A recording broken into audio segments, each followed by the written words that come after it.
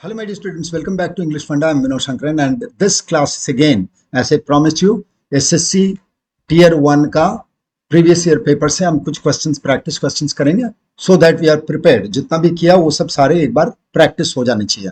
वो practice sessions के लिए ही ये तुम्हारे सेशंस हैं। और इसमें एक बार और बता दूं, हमारे ऐप का लिंक जो कि आपके डिस्क्रिप्शन बॉक्स में दिया हुआ है, उसको डाउनलोड करके उसमें कुछ फ्री मॉक टेस्ट पढ़े, उसको भी कर लो। सिर्फ इंग्लिश का है, मॉक टेस्ट सिर्फ इंग्लिश का है, करके तो देखो। ओके, और कई सारे वहां पर में फ्री इंग्लिश मटेरियल भी हैं जिसको कि आप कर सकते हो। डाउनलोड करो ऐप को। Let's start with the questions. पहला क्वेश्चन देखो, और 25 में 25 चाहिए तो ये आपको करना ही है, ठीक है। In SSC CGL tier 1 2024। Now welcome to English fund, I am Vinod Shankar. Now this the first question जो 2019 में आया था, वो एक क्वेश्चन ये है। इसके ऊपर हम 5 क्वेश्चन करेंगे। इस सेशन में हम जस्ट 100 क्वेश्चंस कर रहे हैं, क्योंकि कई सारे क्वेश्चंस रिपीटेटिव है, इसीलिए 100 क्वेश्चंस कर रहे हैं। चलो, पहला आया था on shanks mayor. On shanks mayor, shanks mayor का मतलब क्या है?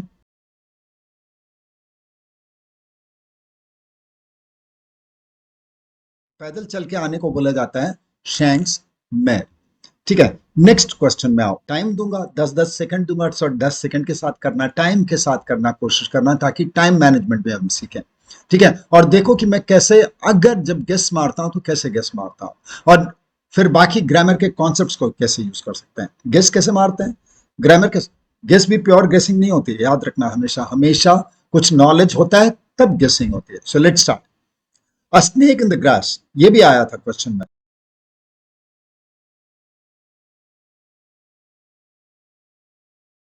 स्नेक इन द ग्रास क्या होता है? वो तो भाई घास में सांप छुपा हो तो बहुत इजी है sir. It he must be a secret enemy. अब कुछ क्वेश्चंस करते हैं। देखो, सबसे पहला question, 5 idioms for practice. Okay, 10 second दे रहा हूं, इसको करो। A flash in the pan का मतलब क्या है?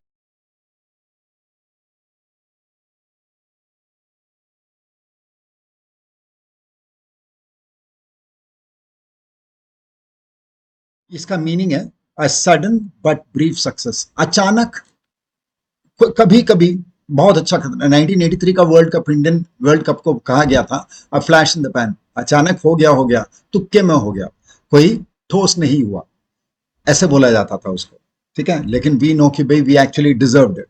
क्या? Flash in the pan. Now next is on the horns of a dilemma. On the horns of a dilemma,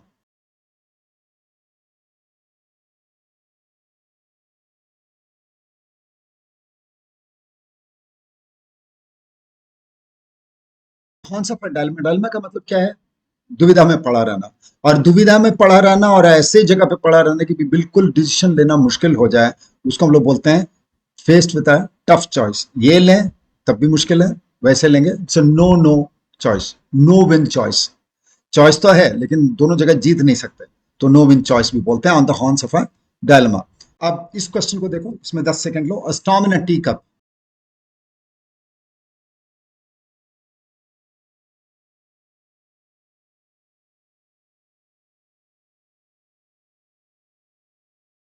चाय के प्याले में तूफान आ जाए तो कोई बहुत बड़ा इश्यू थोड़ी जो है। Tell me the answer. क्या है? एन एग्जैजरेटेड प्रॉब्लम, बढ़ा चढ़ा के बोला हुआ प्रॉब्लम। प्रॉब्लम उतनी बड़ी नहीं है जितना बड़ा उसको बनाया जा रहा है। टू बर्न वंस ब्रिजेस,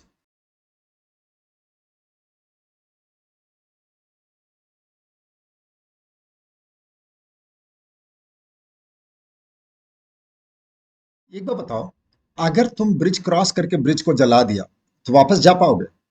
नहीं जा पाओगे ना। तो टू बर्न वंस ब्रिजेस का मतलब है destroy all options of return और going back to a previous stage of friendship. हाँ, दोस्ती के सारे रास्ते तोड़ देना या बर्बाद कर देना, उसको बोलते हैं to burn one's bridges. To kick the bucket,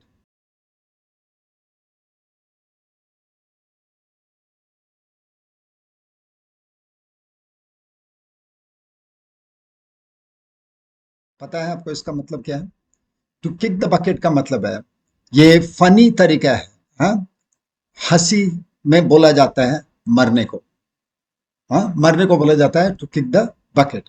okay, now let's come to 2019 में पैराजम्बल्स आया था। पैराजम्बल्स करने का एक ही तरीका है, सबसे अच्छा तरीका है वो है ऑप्शन से प्लस ऑप्शन से और कंपलसरी पेयर्स ढूंढते हुए पेयरिंग कर लेना है कि सर मुझे तो पता चल रहा है कि बी और सी तो एक साथ ही आएगा, सी के बाद बी आना चाहिए, तो सी बी ही आना चाहिए सर, तो सी बी जिसमें होगा उसको ढूंढ लूंगा। इस तरीके से कंपलसरी पेयरिंग कर लेना है। लेकिन ऑप्शन से शुरू इसीलिए करना है कि ऑप्शन से अगर शुरू करता हूं तो मुझे ये समझ में आ जाता है कि भाई पहला सेंटेंस क्या हो सकता है। यहां देखना सी से शुरू ही नहीं है तो पक्का ही सी से शुरू नहीं होगा, तो सेंटेंस पढ़ने की जरूरत नहीं है, टाइम वेस्ट करने की जरूरत नहीं है। डी से पहले मैं चेक, पहले बी से ही चेक कर लेता हूँ क्योंकि बी से दो दो है, तो अगर बी से नहीं शुरू होगा तो दोनों ऑप्शन खत्म हो गए, फिर तो तुम्हारे पास वन और टू केवल रह जाएगा।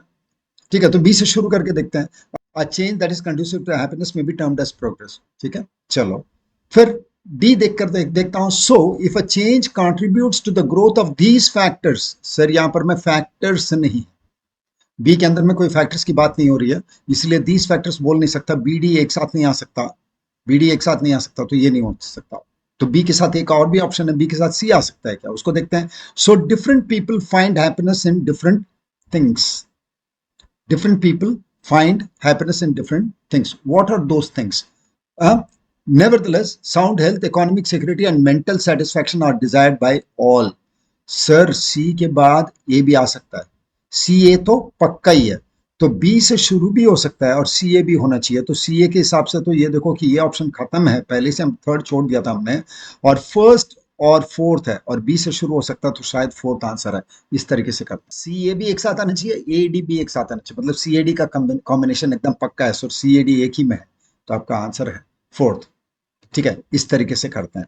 Try the same thing in the next question. याद रखना ऑप्शन से करना है, पेयरिंग करना है, बस। तो आंसर हुआ बी सी ए डी, हरे में लिखा हुआ है। नेक्स्ट वन,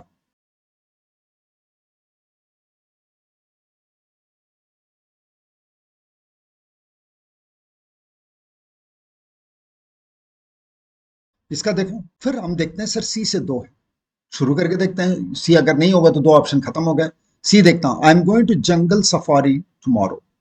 वेल, पहला वाला में बोलता है A, can I borrow your camera, मैं जंगल सफारी में जा रहा हूं, कैमरा ले सकता हूं क्या। D, my friend told me that jungle is beautiful in these days. ठीक है, ए के बाद डी, कैमरा की बात करने के बाद जंगल इज ब्यूटिफुल ये बोलना, या पहले जंगल इज ब्यूटिफुल इसीलिए पिक्चर खींचना है, तो ए के बाद डी आना चाहिए, डी या डी के बाद ए। सर डी के बाद ए शायद अच्छा होता, तो इसको छोड़ देता हूँ, अगला वाला पढ़ के देखता हूँ। सी डी ए तो सही लग रहा है, I will give it back to you next week. Sir A भी तो एक साथ आना चाहिए, तो ए भी देखो किस में है, एक ही में है, और सी से शुरू हो सकता है, तो यही आंसर है आपका, और कुछ करने की जरूरत नहीं है। इतना सर्टन हो जाता है अगर आप कंपलसरी पेयरिंग जान लेते हो और आप ये समझ जाते हो कि सर जितना मैक्सिमम ऑप्शन, जैसे सी वाले तीन है मान लो और बी से एक है और सी से शुरू नहीं हो सकता सेंटेंस, तो आंसर तो बी वाला हो ही गया ना। तीन ऑप्शन तो ऐसे ही कट गए क्योंकि तीन सी से लिखा हुआ था। इसीलिए ऑप्शंस यूज करना और कंपलसरी पेयरिंग करना बहुत सपोर्ट देता है। ऐसा नहीं कह रहा हूं कि भाई और किसी चीज की जरूरत नहीं है, जरूरत तो है, ग्रामर की जरूरत है, लॉजिकल कनेक्शन करने की जरूरत है। Okay, let's try 5 questions, C D ये भी। अब 5 PQ और questions for practice, try this. 10 second दे रहा हूं, कोशिश करना।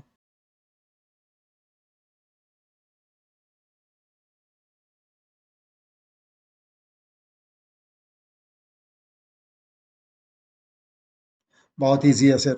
सबसे पहला क्वेश्चन क्या होना चाहिए, ए से बी से, बी को देखो दीज कंप्यूटर, सर यहां से तो शुरू ही नहीं हो सकता, तो ये दोनों तो आउट ही है। सी से देखो दे कैन, दे से भी शुरू नहीं हो सकता, क्यों नहीं हो सकता, क्योंकि प्रोनाउन के पहले तो नाउन ही लिखेंगे, नाउन ही लिखेंगे तब तो प्रोनाउन लिख सकते हैं, तो सीधे सीधे तौर पे ये ही पहला सेंटेंस होना चाहिए, एक ही ऑप्शन ही। बहुत ही आसानी के साथ हो गया, 10 सेकंड भी ज्यादा हो जाता है इसके लिए, ऐसे क्वेश्चंस के लिए। So that is why I am telling you, option से काम करोगे, ग्रामर यूज करोगे, कंपलसरी पेयरिंग यूज करोगे, बड़े आसानी के साथ हो जाएगा। Okay, ABCD is the answer. Now come to the 7th question, take 10 seconds।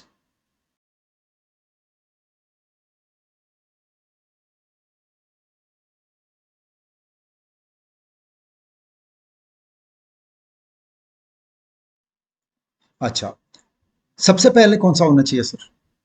Okay sir, सबसे पहले तो मैं उस मैंशन को, उस बड़े बिल्डिंग को इंट्रोड्यूस करूं, तो एस से शुरू होना चाहिए, तो एस से दो सेंटेंसेस है, SQ SR। The old mansion stood atop the hill, its window dark and foreboding. Well, ये तो बाहर से देख रहा हूं, अब उसकी ओर जाओगे तो पहला चीज क्या देखोगे? पहला चीज देखोगे गार्डन, है ना? A chilling wind swept through the overgrown garden, rustling dead leaves. ठीक है, उसको देखूंगा, फिर मैं हॉल के अंदर घुसूंगा तो एस के बाद सो पक्का आर आना चाहिए सर, एक ही में है और एस से शुरू होना चाहिए, तो S R Q P answer है। See how easy it is. ठीक है, नेक्स्ट वाले में आओ, एट्थ वाले में करो, 10 सेकंड दे रहा हूं।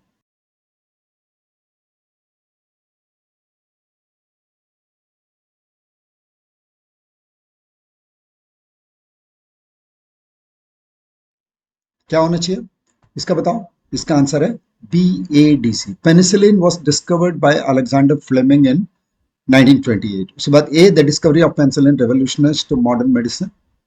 पहले डिस्कवर्ड और उसके बाद वो डिस्कवरी के चलते, तो बी के बाद ए के बाद बी नहीं, बी के बाद ए के बाद बी का ऑप्शन है भी नहीं, सो बी ए डी सी का आंसर है। ठीक है, now let's try the ninth question.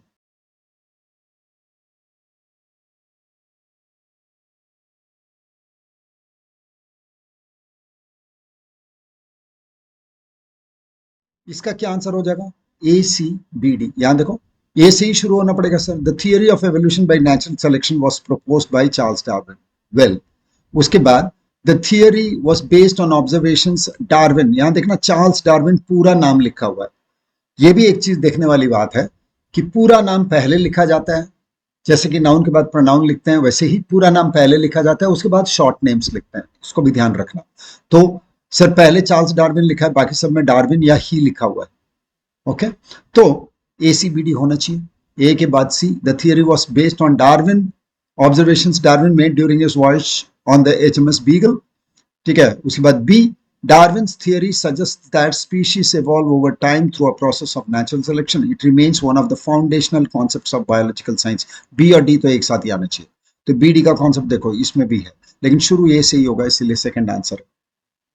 अब 10th क्वेश्चन करो, 10 सेकंड दे रहा हूं।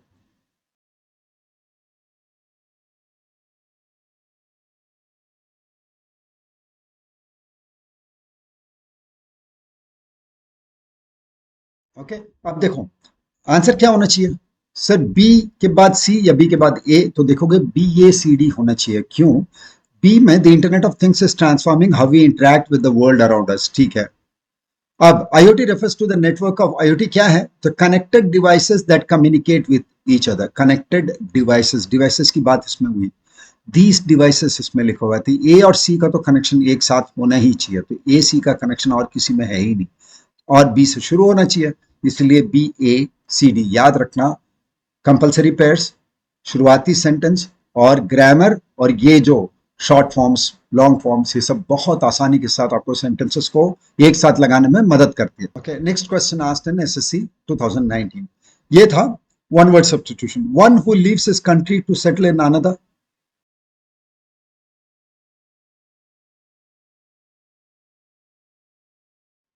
क्या है बताना? ये तो बहुत इजी है, इमिग्रेंट, है ना? नेटिव उसी देश में रहने वाला होता है, इमिग्रेंट बाहर जाने वाला होता है, इमिग्रेंट आने वाला होता है, इमिग्रेंट आने वाला होता है, इमिग्रेंट बाहर जाने वाला होता है, प्रवासी। ओके, नेक्स्ट वन, एक और क्वेश्चन भी आया, तो दो दो क्वेश्चन आए थे। अ पीरियड ऑफ 10 years,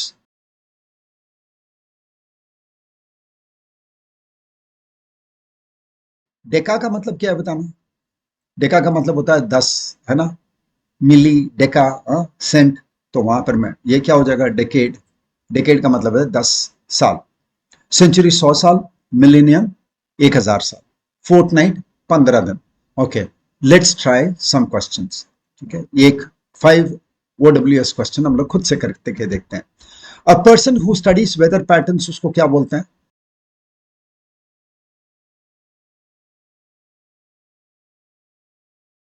इसको बोला जाता है मेटेरोलॉजिस्ट।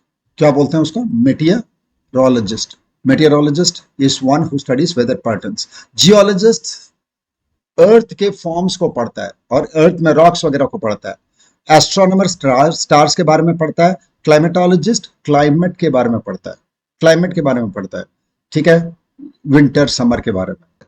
अच्छा, अ पर्सन हु डिजाइन्स बिल्डिंग्स।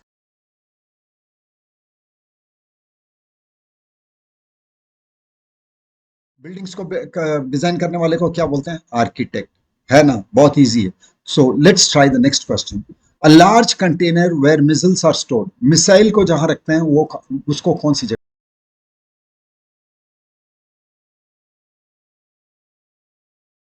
बोलते हैं?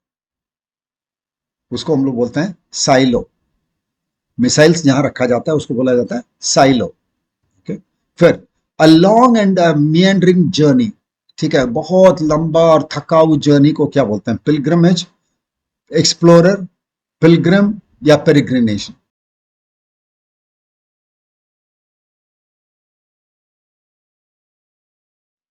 सर पक्का तो पिलग्रिमेज तो नहीं है. पिलग्रिमेज तो तीर्थ यात्रा में जाना होता है, और तीर्थ यात्री को पिलग्रिम बोलते हैं, तो ये दोनों तो हो नहीं सकता. एक्सप्लोरर तो नए नए जगह को एक्सप्लोर करने के लिए जाता है, और बहुत लंबा थकाऊ जर्नी करने वाले को बोलते हैं पेरिग्रिनेट करने वाला. पेरिग्रिनेट वाला एक जगह से दूसरी जगह जाता है, बहुत थकाऊ जर्नी में जाता है, उसको हम लोग बोलते हैं पेरिग्रिनेशन. नाउ 2019 में एक क्लोज टेस्ट आया था. ठीक है, ट्राई दिस. हर एक ब्लैंक के लिए I am going to give you 10 seconds. Try this.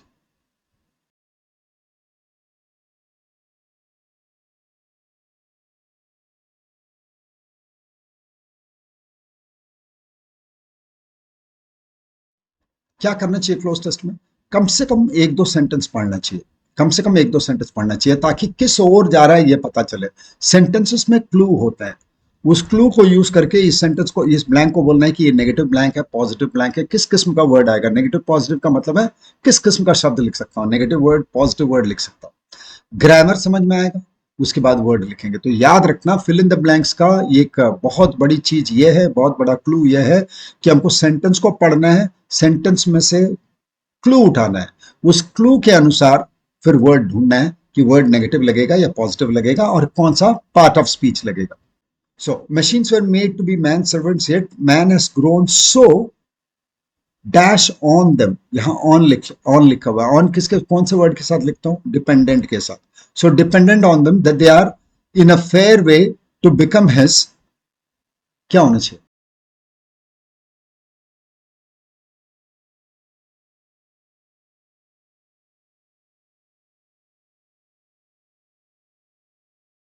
उस पर हम इतना डिपेंडेंट हो गए कि वही मेरे, हमको हमारा सर्वेंट्स होने चाहिए था, लेकिन वो मास्टर हो गया. ऐसे कोई वर्ड चाहिए. देखना मास्टर है क्या?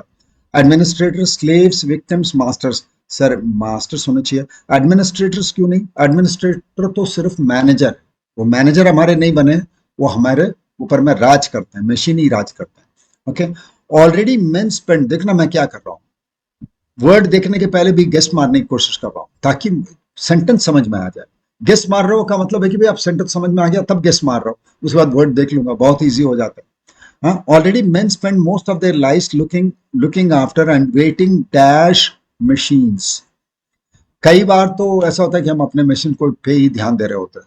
गार गाड़ी खड़ी है, ढंग से तो खड़ी है. वॉशिंग मशीन है, ढंग से तो खड़ा है, काम तो कर रहा है. कई सारे काम. सुबह में आया, ये एसी ऑन किया, बोलेगा अच्छा एसी काम तो कर रहा है, वरना गर्मी लगेगी. मतलब वो हमारे मास्टर हैं, उन पे हमको हाथ जोड़ करके उनका सेवा करना पड़ता है. ठीक है, तो यहां पर मैं वेटिंग डैश मशीन, कौन सा प्रिपोजिशन लगे?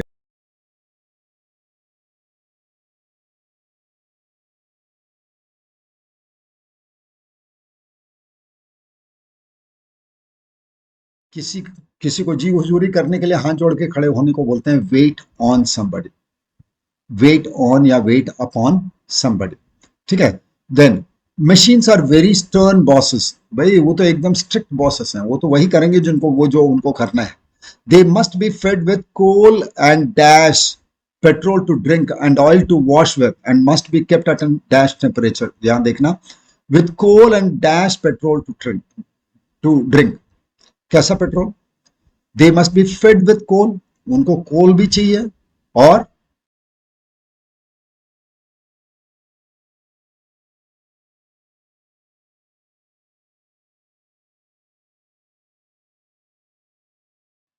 क्या लिखेंगे? मस्ट लिखे हो, दे मस्ट बी लिखा हुआ है, तो मस्ट बी के बाद क्या लिखते हैं? V3. फेड तो V3 है, तो यहां पर में भी V3 कौन सा है? Given. And given petrol to drink. देखते हो पूरे सेंटेंस में ही क्लू होता है, इसलिए सेंटेंस को अच्छा से पढ़ना जरूरी है। And oil to wash with and must be kept at an dash, kept at an बोल रहा है, तो पक्का सर जो भी वर्ड लिखोगे उसमें वॉवल से शुरू होना चाहिए।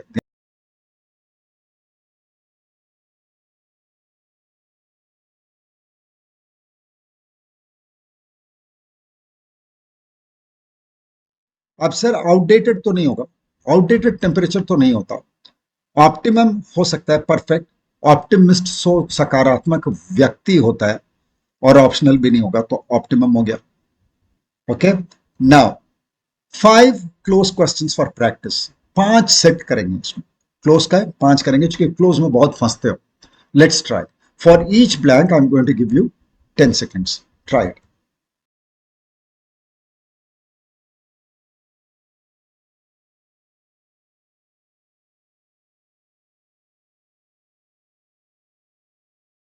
पहले वाले में क्या होगा, as the storm clouds gathered, क्या लिखो, head, over and about, overhead या ओवर, सर के ऊपर। ठीक है, सर के ऊपर को ओवर नहीं बोलते हैं, ओवरहेड बोलते हैं। As the storm clouds gathered overhead, the small boat battled through the choppy waters, बहुत ही उथल पुथल वाले पानी में। The sailors dash to secure the sails, knowing that they were in for a rough ride, क्या होना चाहिए?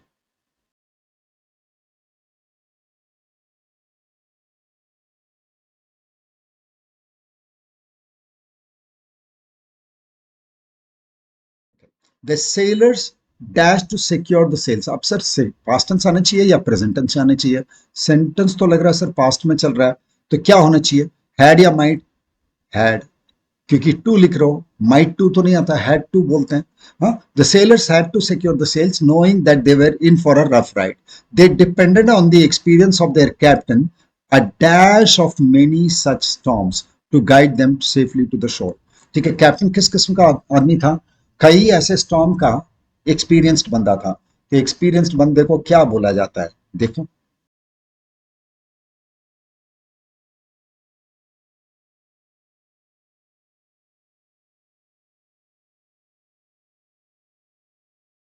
क्या बोलते हैं?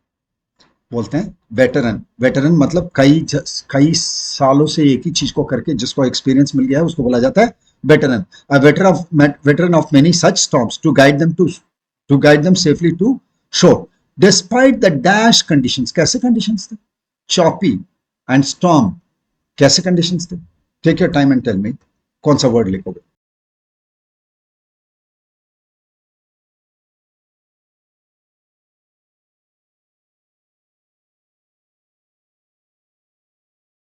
बोले सर ये बहुत ईजी है सर, अगर क्लू इस तरीके से मिलता हो तब तो बहुत ईजी है। क्लू तो मिलता है, आंख खोलकर देखते नहीं है, तो क्या होना चाहिए, स्टॉर्मी, बस हो गया। सीरीन का मतलब तो काम होता है, वो तो उल्टा ही हो जाएगा। ठीक है, तो despite the stormy conditions they work together with determination knowing that their survival depended on it. After hours of dash effort, उतने पानी में आवर्स ऑफ डैश एफर्ट, किस किस्म का एफर्ट रहा होगा?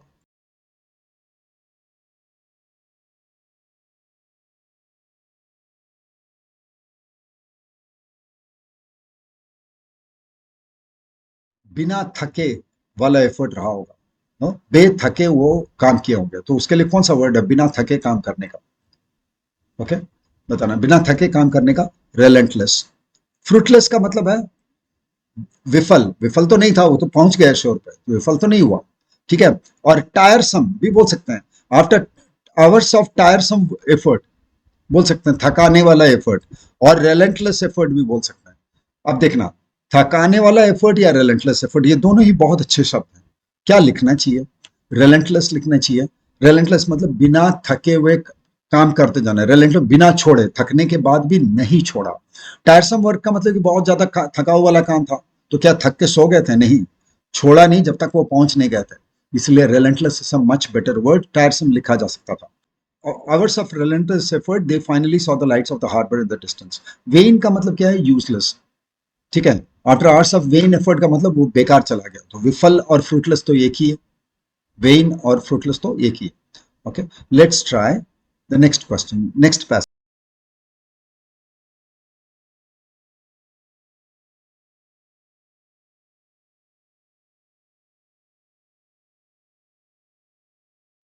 The scientists added the final touches to her groundbreaking dash, a device that dashed to change the world. The scientist added the final touches to her groundbreaking, ठीक है, नया नया बनाया था, क्या करती है, आविष्कार किया होगा ना, तो आविष्कार डिस्कवरी होता है या इन्वेंशन होता है? कोई चीज को नई तरीके से बनाएंगे तो वो इन्वेंशन है, वो चीज थी नहीं, उसके ऊपर से पर्दा नहीं हटाया गया, पर्दा हटाने को बोलते हैं डिस्कवरी। ओके, पर्दा जो था तो, लेकिन अभी हमें समझ में आया, ठीक है। जैसे मैं बोलता हूँ discovery of a new species, अब वो डिस्कवरी है, चूंकि वो स्पीशीज तो थी ही, हमारे नजर में अभी आया, ठीक है। लेकिन इन्वेंशन क्या है? कार, कार पहले थी नहीं, धरती पे कार नहीं थी, हमने बनाया, हमने इस पेन को बनाया, this is an invention, it's not a discovery. Okay, और इक्विपमेंट का मतलब तो टूल होता है सर, ये तो हो ही नहीं सकता, चूंकि आप ग्राउंड ब्रेकिंग इन्वेंशन की बात कर रहे हो। A device that dash to change the world, a device that dash to change the world, क्या लिखना पड़ेगा?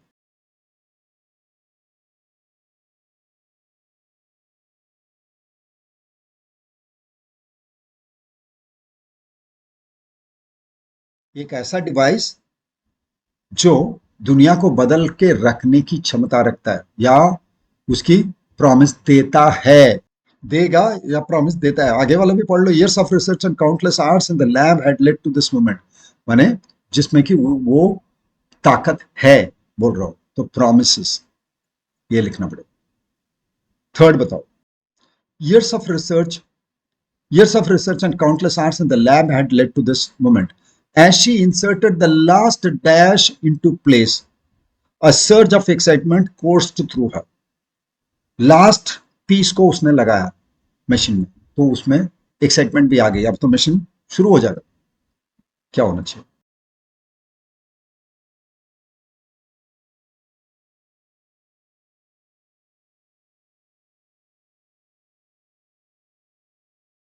लास्ट बिट बोलो, लास्ट नेल बोलो, नेल तो नहीं है सर, मशीन की बात कर रहा हो तो उसमें नेल की बात तो नहीं होगी, ठीक है। कंपोनेंट बोल सकता हूं, वायर, पता नहीं ये वायर वाली मशीन है भी कि नहीं है, ठीक है। तो क्या होना चाहिए? कंपोनेंट, कंपोनेंट का मतलब उसमें बन कर भाग, कंपोनेंट भाग, okay, a part of it, तो बिट से अच्छा होगा पार्ट लिखना, ठीक है। Component into place, a surge of excitement coursed through her, coursed through her का मतलब एक्साइटमेंट उसके अंदर से दौड़ा। She knew that her invention, देखो ये वर्ड रिपीट हो गया, देखना, यहां पर मैं हमको इन्वेंशन लिखना था, पता कैसे चल जाता है? सेम वर्ड रिपीटेड भी होता है, ये भी क्लोज टेस्ट में ध्यान दे सकते हो कि कभी कभी सर दो वर्ड मुझे तंग कर रहा था, डिस्कवरी या इन्वेंशन, तो उस समय मत भरना, आगे पढ़ते हुए आना, बाद में आकर पता चल ही जाता है। Invention, the potential to revolutionise the way we live. With a deep breath, she pushed the dash button and watched as the device hummed to life. तो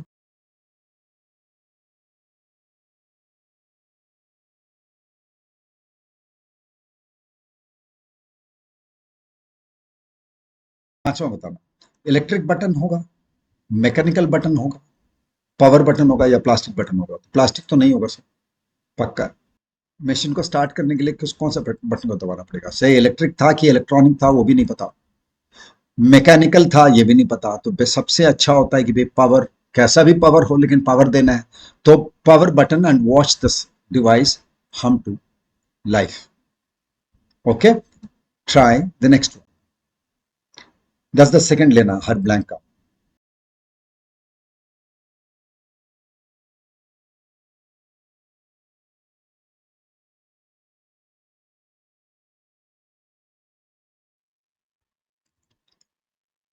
अब इसमें क्या होगा?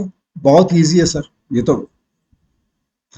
इसमें तो बहुत इजी है sir. The ancient manuscript was, पढ़ा हुआ था, लेकिन पढ़ा हुआ में दो वर्ड्स हैं, लाइंग वॉस लिखे हो, पास्ट, पैसिव वॉइस तो नहीं लिखना है, एक्टिव वॉइस ही लिखना पड़ेगा, वॉस लाइंग, लेकिन वॉस लेइंग बोलूं या वॉस लाइंग बोलूं?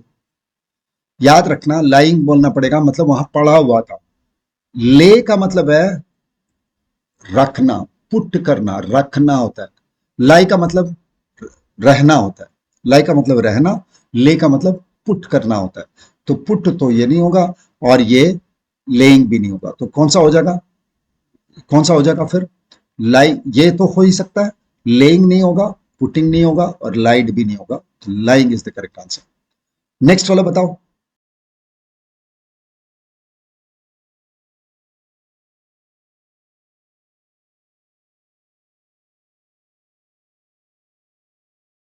Scholars from around the world had लिख दिया, तो V3 चाहिए। To this place in hopes of finding it, हाँ, यहां आकर वापस जा चुके हैं, कई सारे स्कॉलर्स यहां आकर लौट चुके हैं। Scholars from around the world had dash to this place, had gone to this place का मतलब वहां जा गए थे, वापस नहीं आए। लेकिन लगा तो है कि यहां तो लग रहा है कि कई लोग आकर वापस जा चुके हैं, ठीक है। विजिटेड भी नहीं होगा, विजिट तो नहीं किया, क्योंकि ये इन होप्स ऑफ फाइंडिंग इट, तो फाइंड करने के लिए आएंगे, तो विजिट करने के लिए नहीं आ रहा, तो विजिट तो नहीं होगा। गॉन भी नहीं होगा, तो क्या होना चाहिए, बीन। V3 चाहिए हैड के साथ, तो had been to this place in hopes of finding it, but only one had the knowledge and determination to succeed after years of dash.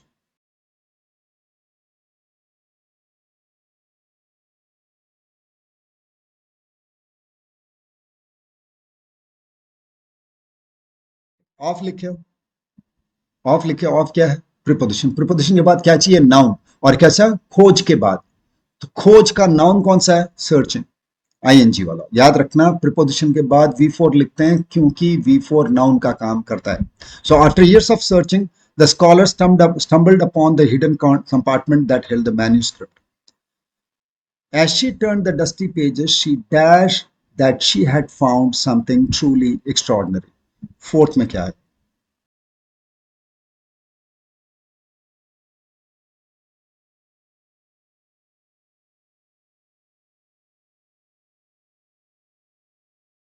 She turned, simple past tense लिखे उसे, तो यहां पर भी सिंपल पास्ट टेंस ही लिखना पड़ेगा, क्योंकि जिससे उसने टर्न किया तो उसने देखा या उसने पाया। तो परफेक्ट टेंस तो सवाल ही नहीं, तो परफेक्ट टेंस छोड़ ही दो। प्रेजेंट टेंस भी नहीं होगा, क्या आना चाहिए, realised. As she turn the dusty pages she realised that she had found something, देखो यहाँ, that she realized that she had found something truly extraordinary. The manuscript was dashed with wisdom of the ages. कैसा होना चाहिए, was लिखा है already.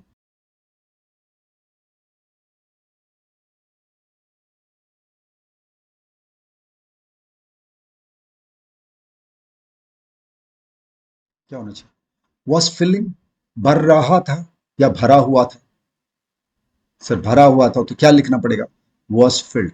had filled लिख नहीं पाओगे, ऑलरेडी was लिखा हुआ है, had लिख नहीं पाओगे, तो was filled with the wisdom of the ages, offering insights that could change the whole course of history। Fourth वाला कोशिश करो।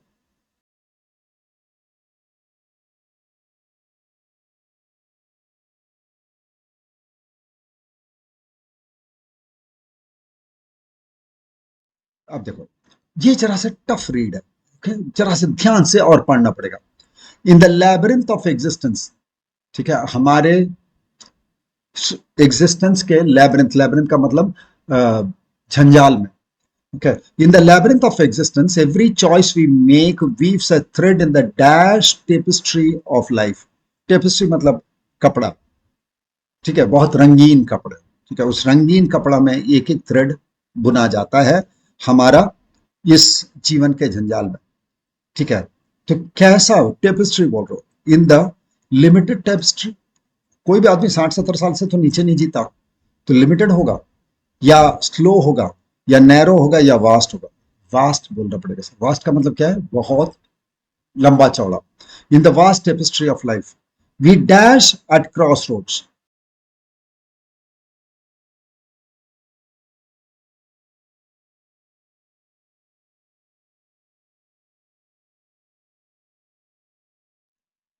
क्या लिखें, we dash at cross roads pondering the unknown paths before us, aware that each step carries with it both risk and dash। हम हमेशा दो राह पे खड़े रहते हैं, चौराहे पे खड़े रहते हैं। तो वी स्टैंड, वी स्टूड, क्या होना चाहिए, वी स्टैंड, क्योंकि सर बाकी सब भी आप देखोगे अवेयर, प्रेजेंट टेंस, सारा प्रेजेंट टेंस में लिखा हुआ है। तो we stand at cross roads pondering the unknown paths before us, aware that each step carries with it both risk and, both risk, यहां क्या बोल रहा हूं, जिसमें क्रॉस रोड्स पे खड़े, अगर क्रॉस रोड्स पे खड़े हो तो दो अलग अलग चीजें आपको ऑल्टरनेटिव्स मिलती होंगी, तो बोथ के साथ क्या लिखना है बताना, विथ बोथ रिस्क एंड क्या लिखना चाहिए।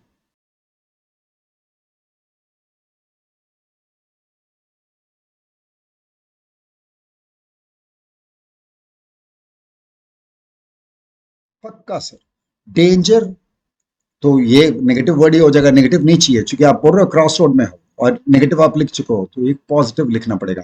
तो पेरिल भी नहीं आएगा, डेथ भी नहीं आएगा, पेरिल का मतलब है डेंजर, तो क्या होना चाहिए, अपॉर्चुनिटी। ओके, नेक्स्ट वाला ट्राई करो। The philosopher argues that in every dash,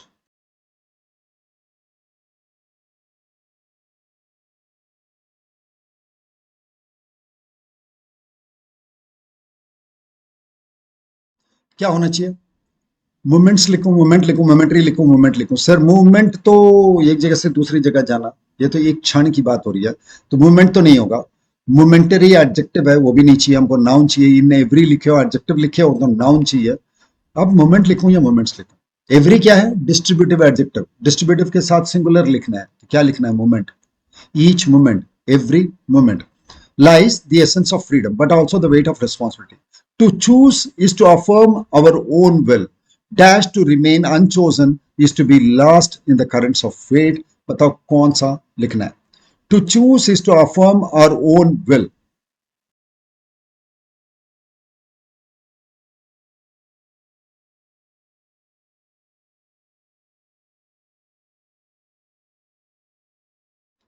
इसमें बताना, फिफ्थ का। ओके, तो क्या आएगा इसमें, the to choose is to affirm our own will. Choose करना हमारे हाथ में, लेकिन नहीं चूज करना, ठीक है, अपनी तकदीर पे छोड़ देने वाली बात होगी। लेकिन, तो लेकिन कौन सा है, बट हो गया। ट्राई द नेक्स्ट पैसेज, जितना ही लेवल का आता है लेकिन पढ़ के समझना है, उसके बाद ही काम कर सकते हो। पैसेज जरा टफ था चूंकि फिलॉसफी था, है ना, तो एक और है, ये भी फिलॉसफी वाला जरा से टफ था, पहले वाले तीन आसान थे। ठीक है, प्रैक्टिस तो ऐसे ही करना पड़ेगा। बताना, the transition from high school to college represents a dash moment in a young person life. Sir ये तो इजी है, कॉलेज गोइंग बच्चों के बारे में बात कर रहा हूँ। Transition from high school to college represents a dash moment in a young person's life.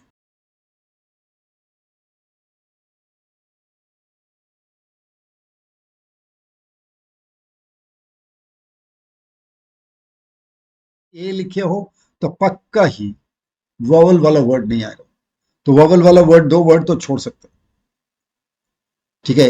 N लिखा होता तो इन दोनों के बारे में सोच भी सकता था। दो तो ऐसे ही चले गए, ग्रामर। और डाउट मोमेंट तो नहीं होगा, डाउटफुल मोमेंट होता तो लिख भी देता। तो यहां पर मैं क्या लिखना पड़ेगा, पिवटल मोमेंट। एक ऐसा ऐसा मोड लेता है जो पूरा बदल देता है, अभी तक जो जीवन था उसको बदल देता है। अब pivotal moment in a young person life. अगर मान लो सर पिवटल यहां पर मुझे नहीं समझ में आ रहा था, तो क्या करना है, सेंटेंस को और आगे पढ़ लेना है। आगे जाओगे तो ज्ञान मिल जाएगा, वहां से आपको क्लू मिल जाता, फिर एक बार आकर हम इसको भर सकते हैं। ऐसा नहीं है कि एक भरने के बाद ही सेकंड भरना है, सेकंड के बाद ही थर्ड करना है, ऐसे नहीं। मैं थर्ड भर कर भी फर्स्ट भर सकता हूं। Try the next one.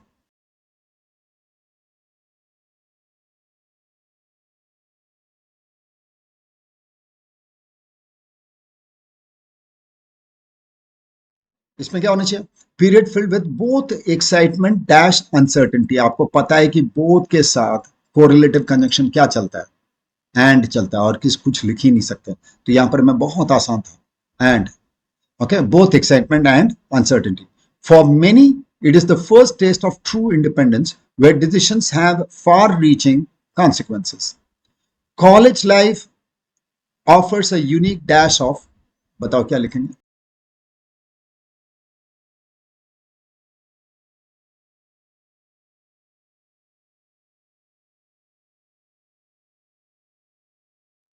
Negative word चाहिए, पॉजिटिव वर्ड चाहिए, पॉजिटिव वर्ड चाहिए। Sir college offers a unique dash of academic rigour and social exploration, दोनों चीज तो डिजायरेबल है, तो क्या होना चाहिए, chaos, कंपाउंड, ब्लेंड।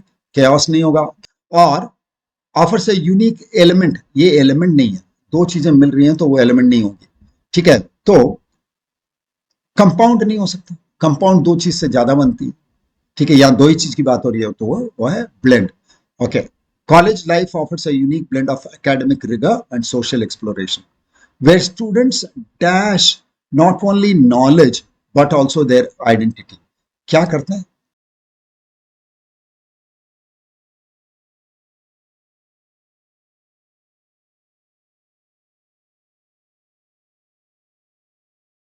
इसमें क्या होना चाहिए?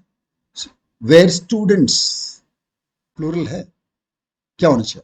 सर प्लूरल है तो पक्के तौर पे गेट्स नहीं होगा, प्रोक्योर्स नहीं होगा, और पास्ट टेंस में लिखा हुआ नहीं है तो क्या लिखना पड़ेगा? ऑब्टेन। बहुत आसान, ग्रामर से ही काम हो गया। Where students obtain not only knowledge but also their identity, balancing the demands of course work, friendships and self-discovery can be challenging. Yet it is within this challenge that one dash one's true potential. कौन सा word है?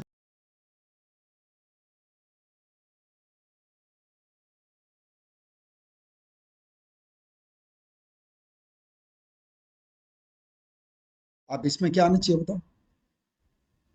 Balancing the demand of coursework, friendships, and self-discovery can be challenging. Yet it is within this challenge that one dash one's true potential. One लिखे subject है तो verb कैसा चाहिए? S के साथ चाहिए। कौन सा एस वर्ब? एक ही है, फाइंड्स, हो गया। इस तरीके से हम क्वेश्चंस को करते हैं। नेक्स्ट वाले में आते हैं। 2019 में आपको एक ग्रामेटिकल एरर वाला क्वेश्चन आया था। ग्रामर के एरर्स के लिए याद रखना, सबसे पहले सब्जेक्ट वर्ब एग्रीमेंट करना पड़ेगा और इसमें फ्रेजेस और क्लॉजेस का कॉन्सेप्ट जानना ही पड़ेगा, तभी आपको सेंटेंस करेक्शन आसान होता है। ठीक है, एनीवे ये सब क्वेश्चंस बहुत आसान है, रटे हुए रूल से भी काम हो ही जाता है, कोशिश करो। बहुत इजी है सर। बोलोगे सर अलोंग विथ जब भी आता है तो सब्जेक्ट मेरा प्राइम मिनिस्टर होता है, क्योंकि ये एक फ्रेज है। ठीक है, इसीलिए नहीं कि अलोंग विथ आएगा तो छोड़ देंगे, ऐसा नहीं है, ऐसा कोई नियम नहीं है। नियम तो यह है कि अलोंग विथ फ्रेज है, फ्रेज में दम नहीं होता सब्जेक्ट को जोड़ने का, इसीलिए उसको छोड़ देता है। ठीक है, तो अलोंग विथ अदर मिनिस्टर्स ये जोड़ने का दम नहीं रखता, तो सब्जेक्ट सिर्फ प्राइम मिनिस्टर है तो हैव नहीं होगा, यहां पर मैं हैस होगा, तो मेरा आंसर है फोर्थ। यहां पर मैं आप ये भी पूछ सकते हैं सर मैं बी में चेंज नहीं कर दूं, एंड नहीं कर दूं, एंड नहीं कर दूं, okay, the prime minister along with other ministers and the other ministers have left for America, ना कर दूं? कर तो सकते थे, वो भी कर सकते थे। ऐसे क्वेश्चंस जब आ जाते हैं, जब इस तरीके का क्वेश्चन आ जाता है तो आपको करना क्या चाहिए? आप बोले कि सर मैं कुछ नहीं करता, मैं अलोंग विद अदर मिनिस्टर्स जो है, अच्छा अच्छा अच्छा, यहां कॉमा है, ओके। सो हमको कहां पर मैं एरर बताना पड़ेगा? हमको बताना पड़ेगा फोर्थ में, क्योंकि यहां पर मैं हैश लेफ्ट होना चाहिए। सर एंड क्यों नहीं कर दिया? चूंकि यहां कॉमा है, ये कॉमा ना होता, ये कॉमा ना होता तब तो मैं इसको एंड भी कर देता हूं। ठीक है, कॉमा है इसलिए कुछ नहीं कर सकता, तो फोर्थ को ही मार्क करना पड़ेगा। और एक क्वेश्चन देखो, the modern man is busy acquiring more and more wealth and designing ways to invest it in more sense pleasures. ठीक है, क्लॉज देखो, कोशिश करो इसमें कौन सा है।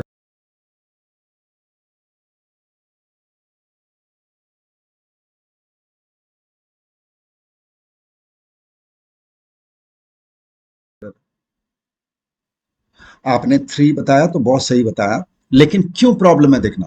The modern man is busy acquiring more and more wealth, sir इस सेंटेंस में तो कोई दिक्कत नहीं है, सब्जेक्ट वर्ब एग्रीमेंट सही है। And designing ways to invest it, it का मतलब आप वेल्थ की बात कर रहे हो, वो भी सही है।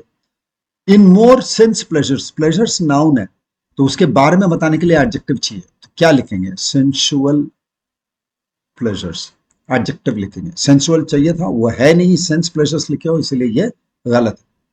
ठीक है, now let's try find 5 find the error sentences for practice. Try this.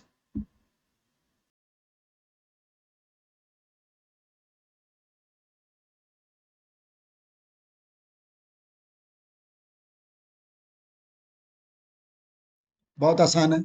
There are many books stores in our neighbourhood, subject कौन सा है? स्टोर्स। ठीक है, लेकिन सर यहां पर आर भी आपने सही लिखा है, आर स्टोर्स, प्लूरल लिखा है, कोई दिक्कत नहीं है, देयर सब्जेक्ट नहीं है, देयर तो तुम्हारा इंट्रोडक्टरी एडवर्ब है, चलो कोई दिक्कत नहीं। लेकिन सर प्रॉब्लम कहाँ आ गई बुक्स में, जब नाउन एडजेक्टिव बनता है, जब नाउन एडजेक्टिव बनाकर लिखते हो तो सिंगुलर में लिखते हो, नाउन को एडजेक्टिव बना के लिखेंगे तो सिंगुलर में लिखेंगे, ठीक है। Book stores, book stores. 5 star hotel, 5 stars hotel नहीं, 5 स्टार होटल। याद रखना जब भी कोई एडजेक्टिव, नाउन को एडजेक्टिव बनाऊंगा तो मैं नाउन को सिंगुलर में ही लिखूंगा, चाहे नाउन आगे आने वाला नाउन जो है वो प्लूरल हो चाहे सिंगुलर। जैसे यहां देखें क्या बोलते हैं, हाउस ओनर्स, हाँ ये तो प्लूरल है, नाउन है, इसके लिए मैंने एडजेक्टिव लिखा हाउस, जो कि खुद भी एक नाउन है, नाउन को मैंने एडजेक्टिव बनाया, नाउन को मैंने एडजेक्टिव बनाया तो ये सिंगुलर ही रहेगा। Okay, try the next question.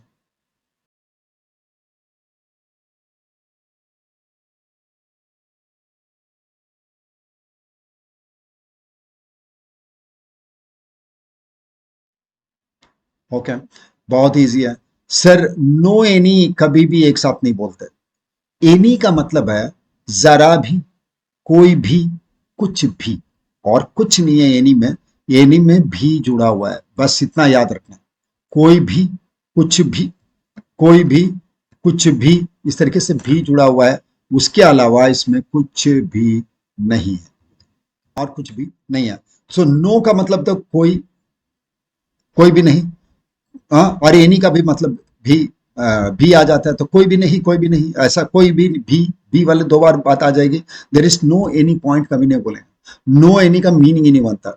There is no point, कोई पॉइंट नहीं है, कोई भी कुछ भी पॉइंट नहीं है, यहां पर मैं कोई कुछ भी पॉइंट नहीं है, ऐसा नहीं है, कोई नहीं कुछ भी पॉइंट नहीं है, इस तरीके का सेंस आता है, जो कि बहुत गड़बड़ है, हिंदी बोलने में ही दिक्कत हो रही है सोचो, ठीक है। तो नो एनी पॉइंट नहीं बोलते हैं, देर इज नो पॉइंट बोलेंगे, okay.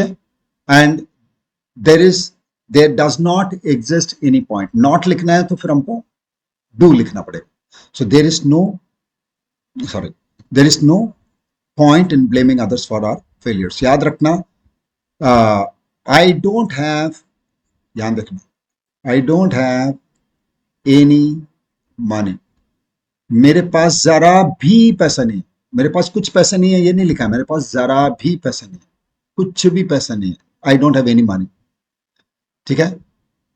You don't have any sense, अगर किसी को मैं डांट रहा हूं तो मतलब तुम्हारे पास जरा भी बुद्धि नहीं है, okay. I have some books, मेरे पास कुछ बुक्स हैं, तो सम में क्या है, भी नहीं है, मेरे पास कुछ, या आई हैव सम बुक्स, मेरे पास कुछ किताबें। आई डोंट हैव एनी बुक्स, मेरे पास कुछ भी किताबें नहीं है, कोई भी किताब नहीं। याद रखना बस इतना ही है, एनीबॉडी, एनीबॉडी, कोई भी, समबडी, कोई। Okay, try this, some of the book are imported from the USA.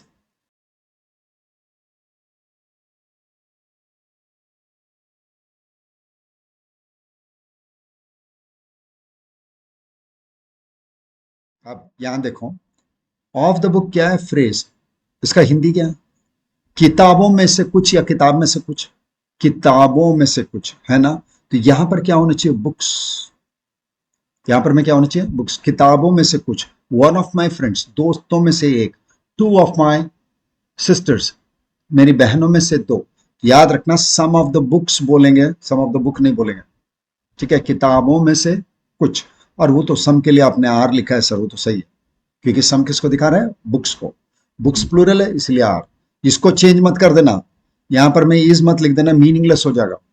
हाँ, किताब में से कुछ, किताब में से कुछ यूएस से आया है, हिंदी कितना गड़बड़ है, किताब में से कुछ यूएसए से आया है, किताबों में से कुछ यूएसए से आए हैं, यूएसए से आए हैं, किताबें यूएसए से आए हैं, तो क्या, तो आर, ये क्या होना चाहिए, some of the books, second वाले में एरर है। Try the next question.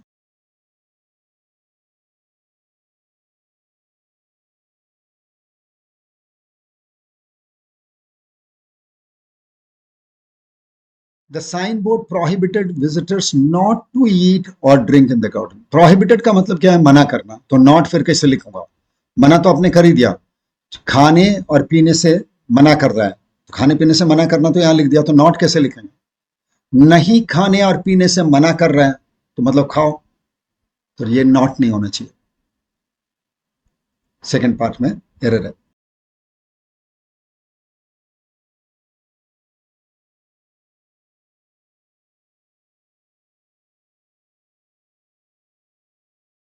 The lioness was very protective of her of springs, ये तो होता ही नहीं है सर इंग्लिश में। बच्चों के लिए जो वर्ड है ऑफ स्प्रिंग, वो ऑफ स्प्रिंग ही होता है, प्लूरल नहीं होता है। डियर का प्लूरल नहीं होता, ऑफ स्प्रिंग का प्लूरल नहीं होता है, एयरक्राफ्ट का प्लूरल नहीं होता, पीपल का प्लूरल नहीं होता। तो क्या लिखना पड़ेगा? ऑफर ऑफ स्प्रिंग, एस हटाना पड़ेगा, तो थर्ड गलत। एसएससी में क्वेश्चन आया था इंप्रूवमेंट के लिए, अंडरलाइन करके इंप्रूवमेंट के लिए आया था 2019 में, ठीक है। इसमें क्या करना है? There is a great degrade in values in modern.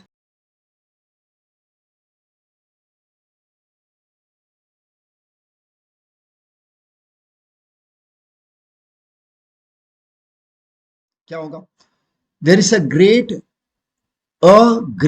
Degrade, ये लिखे हो तो नाउन चाहिए, ठीक है। डिग्रेड नाउन नहीं है, वो तो वर्ब है। नाउन क्या होता है? डिग्रेडेशन।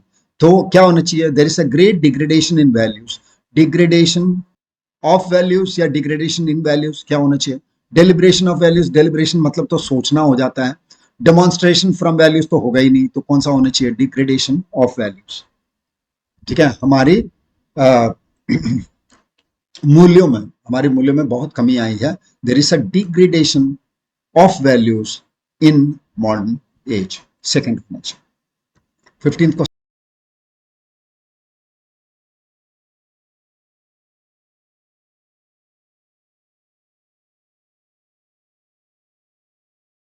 क्वेश्चन करो। A man in need pleaded for help, pleaded का मतलब क्या है? हाथ जोड़ के मांगना, भीख मांगना। तो सर नीड में तो था, जरूरत में तो था, तो प्लीड किया तो कोई दिक्कत तो है नहीं, तो आंसर क्या है? No improvement. Okay, let's try 5 improvement question. पहला देखो,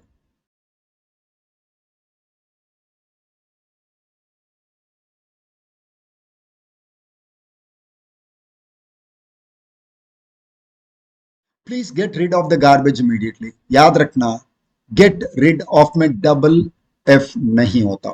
गेट रिड ऑफ का मतलब है दूर करना, गेट रिड ऑफ का मतलब है फेंकना या दूर करना, उसमें डबल एफ नहीं होता। तो क्या होना चाहिए? गेट रिड ऑफ, एक सही है। Try the next.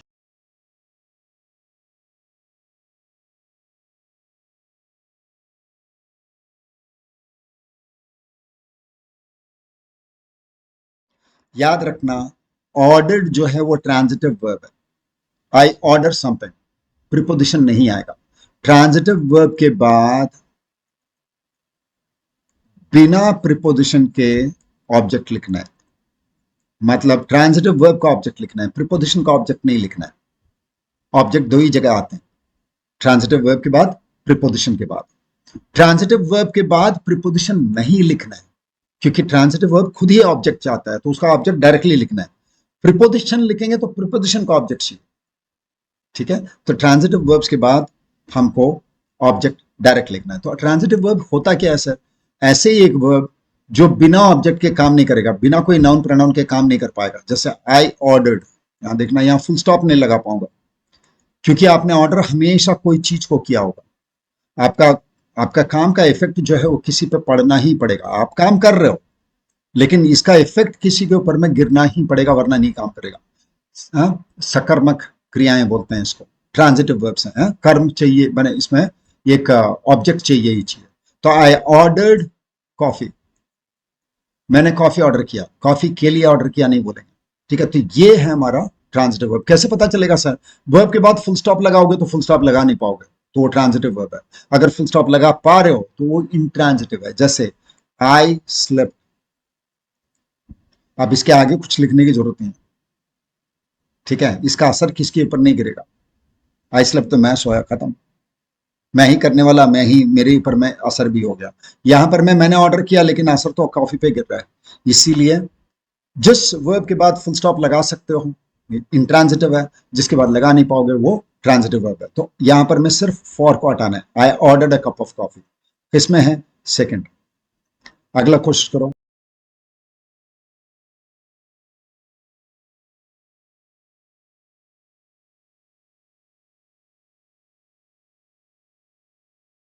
He asked that why I was late. Sir आप जब नरेशन करोगे तो बहुत क्लियरली समझ में आया होगा कि जब भी नरेशन में रिपोर्टेड स्पीच है, रिपोर्टेड स्पीच को जब हम रिपोर्टिंग वर्ब के साथ जोड़ते हैं तो, और वो इंटरोगेटिव हो, तो इंटरोगेटिव का शब्द ही लिखते हैं, दैट नहीं लिखते, है ना।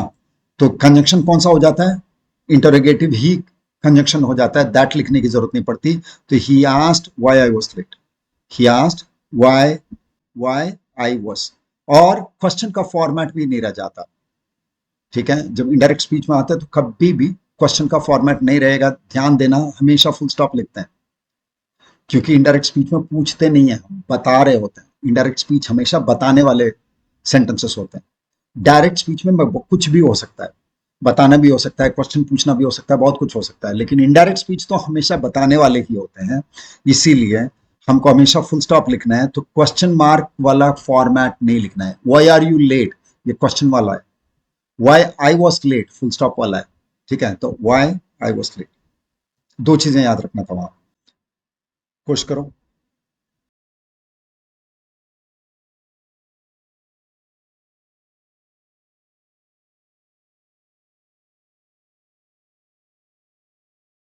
सर ये भी बहुत आसान है बताना।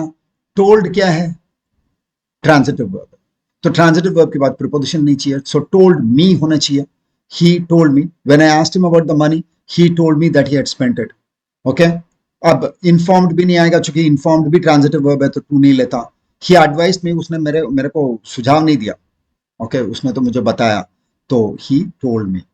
ठीक है, सेड क्या है? इंट्रांजिटिव है, तो इसलिए he said to me. Told क्या है? ट्रांजिटिव वर्ब है, इसलिए उसमें प्रीपोजिशन नहीं लिखते, विसे ही टोल्ड मी। 50वां क्वेश्चन।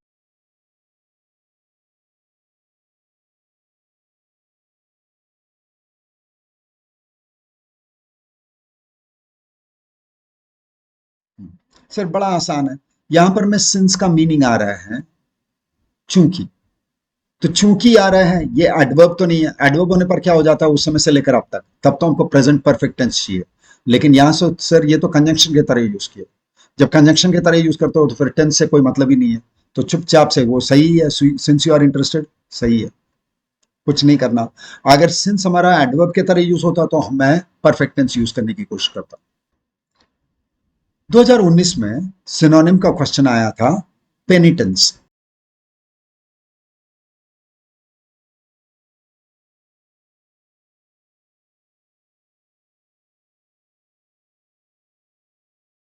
ओके, अब पेनिटेंस सर मुझे वर्ड पता ही नहीं है, तो मुझे गेस करना चाहिए क्या? कर सकते हैं, अगर जरा से वोकेबलरी ठीक है और कहीं कहीं पर फंसते हो तो ये कर सकते हो कि ऑड मैन आउट कर लिया। अगर उतनी वोकेबलरी स्ट्रांग है और सिर्फ एक वर्ड नहीं आ रहा है तो ऑड वन आउट कर दिया। Patience, repentance, misery, admiration. ठीक है, तो यहां देखना सर, यहां पर मैं पेशेंस पॉजिटिव वर्ड है, एडमिरेशन पॉजिटिव वर्ड है, दो ही वर्ड है, रिपेंटेंस और मिजरी, यही दो वर्ड है नेगेटिव। और पेनिटेंस का हिंदी तो नेगेटिव, माने उसका मीनिंग तो नेगेटिव है, तो नेगेटिव में तो पेशेंस और एडमिरेशन तो चला जाएगा सर, क्योंकि ये पॉजिटिव सेंस रखते हैं। पेनिटेंस बोल रहे हैं कोई पश्चाताप करना, तो पश्चाताप करने वाला कौन सा है? रिपेंटेंस। पेनी या पेन का मतलब ही होता है पश्चाताप करना, इसीलिए जेल को पेनिटेंशियरी भी बोला जाता है, वहां जाके पश्चाताप करते हैं, पेनिटेंशियरी। ओके, पनिश ये भी उसी वर्ड से आ रहा है, पेनी पनी ये सब पनिशमेंट से आता है, और क्या बोलते हैं, गलती करने से आता है। ओके, और मिजरी तो दुख। Try the next.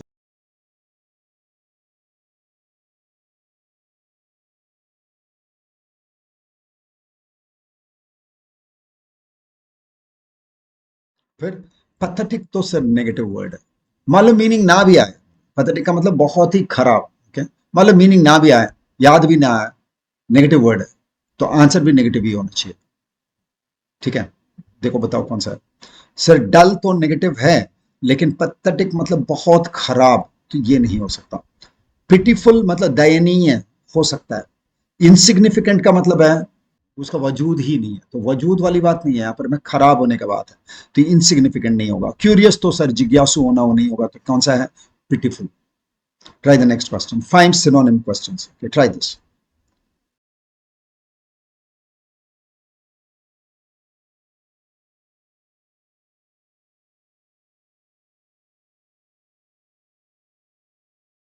रेप्रिमांड एक नेगेटिव वर्ड है, क्या होना चाहिए? रेप्रिमांड। अब फिर तो करो सर, प्रेज, कमेंड और ऑर्डर ये तो पॉजिटिव वर्ड्स हैं, ठीक है, तो एक ही वर्ड रह गया, स्कोल्ड। स्कोल्ड का मतलब है फटकार लगाना।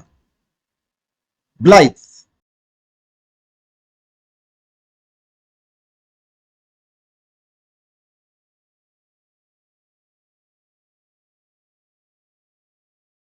ब्लाइथ का मतलब होता है मुझे कोई फर्क नहीं पड़ता, मुझे कोई फर्क नहीं पड़ता। तो कैसा? तो स्लगिश तो लेजी होता है, लेथार्जिक भी लेजी होता है, लूज तो ढीला होता है, तो कौन सा हो गया? कैलस। कैलस का मतलब है मुझे कोई फर्क नहीं पड़ता एटीट्यूड। ओके, क्रूअल या इनडिफरेंट होना, बेपरवाह होना, उसी को बोलते हैं ब्लाइथ।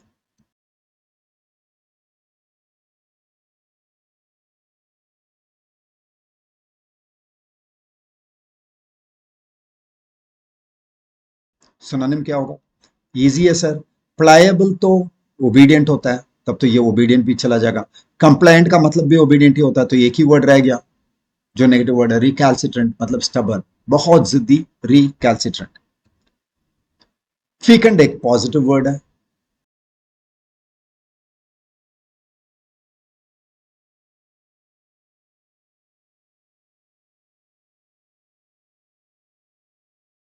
बहुत सही गेस किया आपने। अगर आपने कहा बोले कि सर फर्टाइल होना चाहिए, क्योंकि बैरन, इनफर्टाइल और स्टेराइल का तीनों का मतलब है कि भाई जो बंजर है, तो ये तो होगा नहीं। अगर फीकंड अगर आपने कहा पॉजिटिव वर्ड है तो फर्टाइल होना पड़ेगा। ह्यूमंगस,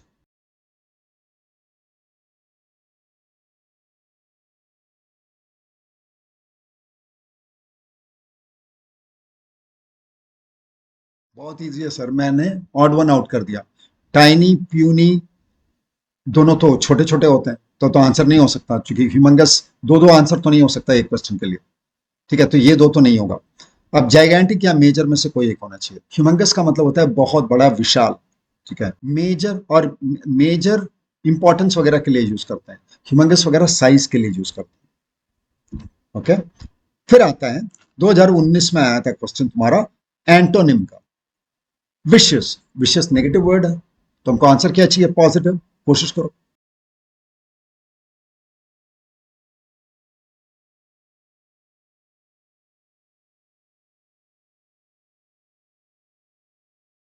आपने गेस मारा तो बहुत सही गेस मारा सर। पेनफुल, सिंफुल, अनफॉर्चुनेट तीनों ही नेगेटिव है, पॉजिटिव तो एक ही वर्ड है, वर्चुअस। और विशियस चूंकि नेगेटिव है, तो एंटोनिम मांगे हो तो ऑपोजिट चाहिए, तो वर्चुअस। वर्चुअस का मतलब है मेरिटोरियस या बहुत मूल्यवान होना। हिलेरियस, हिलेरियस एक positive word.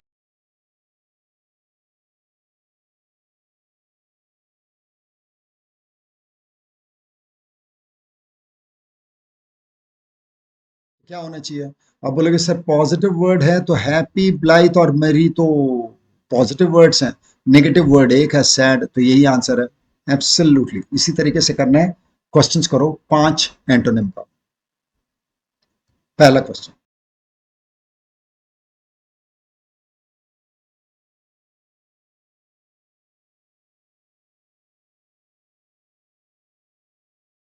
Very good.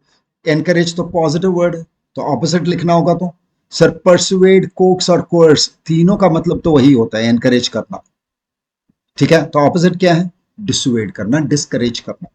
Bleak एक नेगेटिव वर्ड।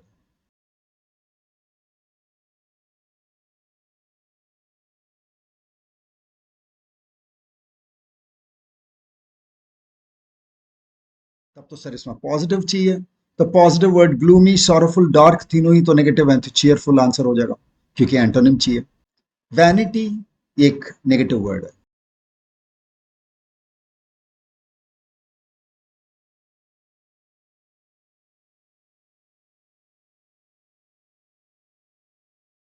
तब अगर वोकैबलरी ठीक है तो कर ही लोगे। बोलोगे कि सर प्राइड और एरोगेंस तो एक जैसा वर्ड है, तो आंसर नहीं हो सकता, क्योंकि वैनिटी का भी मतलब यही होता है, घमंड, और एंटोनिम चाहिए, तो प्राइड और एरोगेंस एरोगेंस नहीं हो सकता। अब दो हैं, मॉडेस्टी और एलान।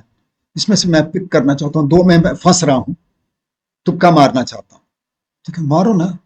दो पे तुक्का मारा जा सकता है, तीन पे बिल्कुल नहीं, चार पे बिल्कुल गधा वाला काम हो जाएगा, नहीं करना है, ठीक है। तो क्या करना पड़ेगा?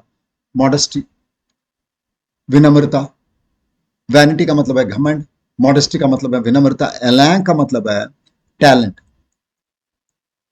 एलैन का मतलब है टैलेंट ना। प्रिजर्व करना, संरक्षण करना, ऑपोजिट चाहिए।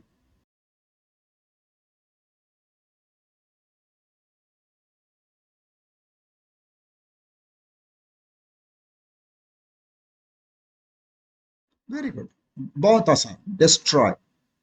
Okay, now apparent, it's apparent that you are happy, दिख ही रहा है कि तुम खुश हो।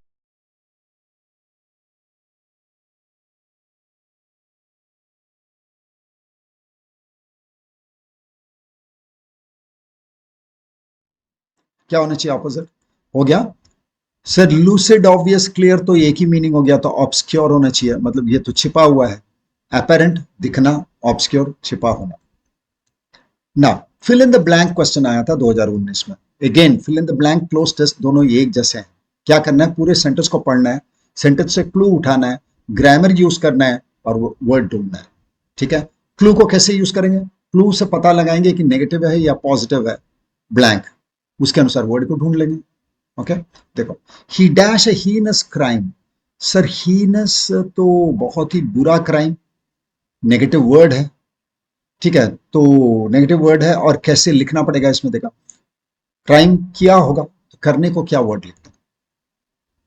क्राइम वगैरह कमिट करते हैं, क्राइम वगैरह कमिट करते हैं। और हैपेंड वगैरह तो नहीं होगा, हैपेंड वगैरह तो होते हैं, तो मैं कुछ होते नहीं कर सकता, मैं तो कर सकता हूं, हो नहीं सकता। क्या कोई चीज कर रहा हूं, कोई भी चीज करूंगा तो करूंगा, मैं हुआ हो नहीं कर सकता। ठीक है, तो committed, he committed a heinous crime. Next one, it is an dash day to start your new business.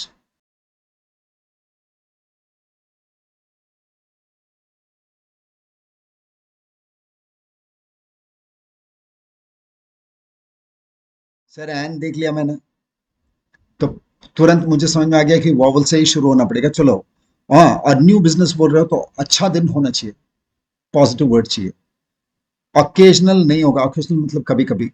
Ominous का मतलब होता है थ्रेटनिंग डे, हाँ, तो ये तो नहीं हो सकता। ऑडेशियस या auspicious?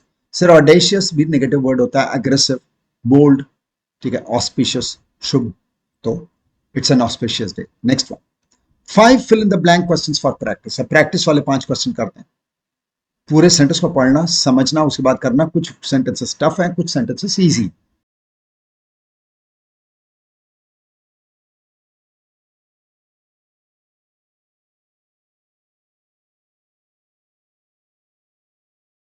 Okay. The scientists' groundbreaking research offered a dash to the long-standing problem in the field, leading to a significant breakthrough. Sir, sentence का मीनिंग तो पॉजिटिव निकल के आ रहा है।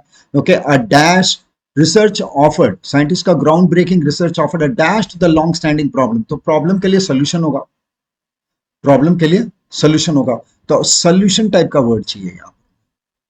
ठीक है, तो यहां पर मैं बताऊं, सर कॉनेंड्रम तो प्रॉब्लम ही होता है, पजल होता है। क्वांड्री का मतलब भी पजल ही होता है। डायलमा का मतलब दुविधा होता है। पेनेसिया क्या होता है?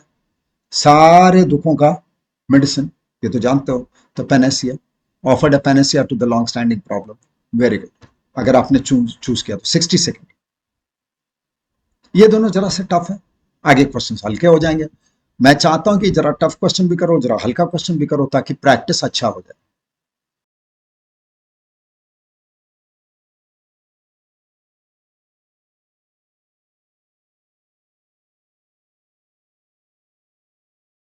Okay. Despite her meticulous planning, unforeseen circumstances dashed the project's progress, causing delays and budget overruns. तब तो सर सर्कमस्टांसेस अच्छे तो नहीं थे। ओके, सर्कमस्टांसेस सुविधाजनक तो नहीं रहे। ठीक है, तो नेगेटिव वर्ड चाहिए, क्या होना चाहिए?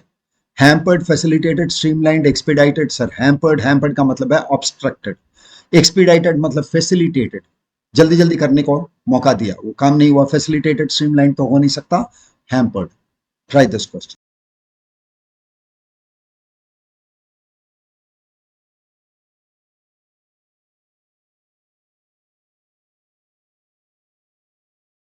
फिर देखना, leaving lasting impact on readers, readers के ऊपर में बहुत बड़ा प्रभाव डाला, तो अच्छा प्रभाव डाला है, मतलब वर्ड हमको चाहिए पॉजिटिव। तो पॉजिटिव वर्ड कौन सा होगा सर, मुझे तो वोकैबुलरी इतना नहीं आते, तो ऐसी जगह पे छोड़ सकते हो, चारों का चारों वर्ड नहीं आते छोड़ सकते हो। एक वर्ड आता है सर वो पॉजिटिव है, तो ट्राई मार सकते हो, ट्राई मार सकते हो, ठीक है। अब प्रोजेक्ट का मतलब होता है डल, तो डल तो लैंग्वेज तो नहीं होगा। टर्स का मतलब है स्ट्रिक्ट, तब भी किसी के ऊपर असर छोड़ने के लिए स्ट्रिक्ट तो नहीं होगा। लैकोनिक का मतलब है बहुत कम बोलना, ये भी नहीं होगा। तो क्या होना चाहिए, फ्लोरिड, फ्लोरिड का मतलब है फ्लावर्स के जैसा, ठीक है, अलग, बहुत अच्छा से व्याख्या किया हुआ, ठीक है। Try the next question. अब देखो हल्के क्वेश्चन आ गए।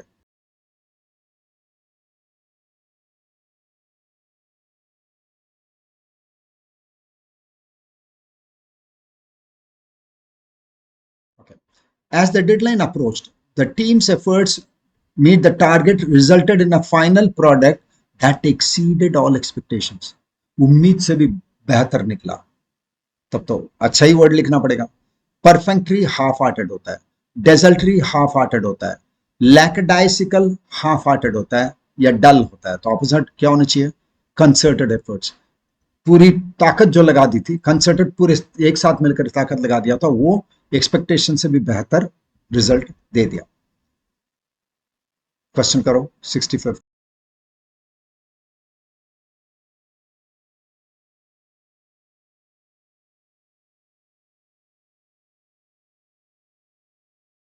देखना, the famous author left the literary world in a state of shock as she was at the peak of her career. तो या तो करियर में छोड़ दिया होगा, या तो करियर में मृत्यु हो गई होगी। तो क्या है, देखना, रिसर्जेंस नहीं हो सकता सर, ठीक है, रिवाइवल नहीं हो सकता, दो ही एक ही वर्ड दो बार हो गया तो गलत है वहां पर। मैं डिमाइस, डिमाइस का मतलब है मृत्यु, उसने फिर वो अपना दुनिया ही छोड़, peak of her career, career के एकदम ऊंचाई पर रहते समय वो मर गई, ठीक है ना। 2019 में एक्टिव फॉर्म का जो क्वेश्चन आए थे उसको देखते हैं। एक्टिव फॉर्म हमको बनाना है, ये पैसिव में है। The thief was arrested by the police.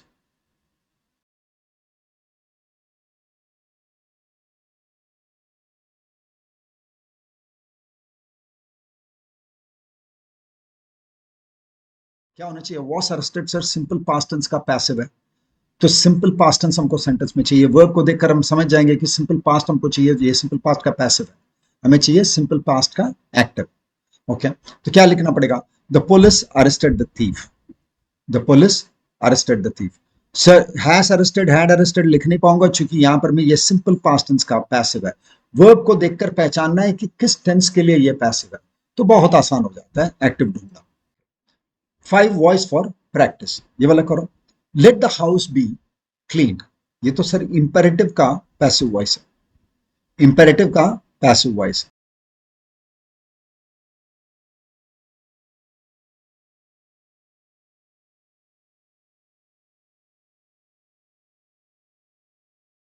कैसे करना, क्या होना चाहिए, see, let somebody clean the house.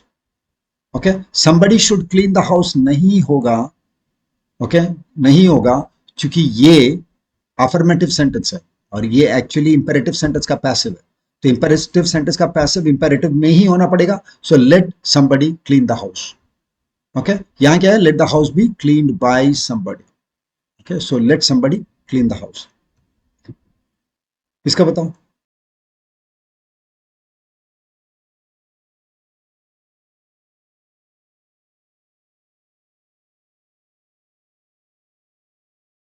बोलूंगे sir music is loud, बोले by everybody, by everybody passive voice में लिखा नहीं जाता, तो एवरीबॉडी लव्स म्यूजिक। और इज लव्ड क्या है, सिंपल प्रेजेंट का पैसिव है, तो सिंपल प्रेजेंट का एक्टिव। ओके,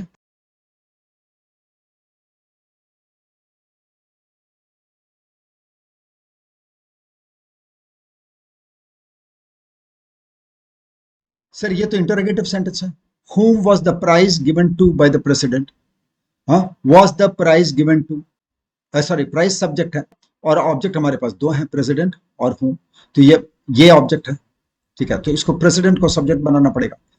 ये इंटरोगेटिव का पैसिव है तो जरा से ट्रिकी है, तो कैसे करें सर, ओके, पहले पहले जो नहीं हो सकता उसको देख लेते हैं। डी नहीं होगा, क्योंकि कभी भी क्वेश्चन पूछने के लिए क्वेश्चन का स्ट्रक्चर होता है और क्वेश्चन के स्ट्रक्चर में इंटरोगेटिव वर्ड पहले लिखा जाता है।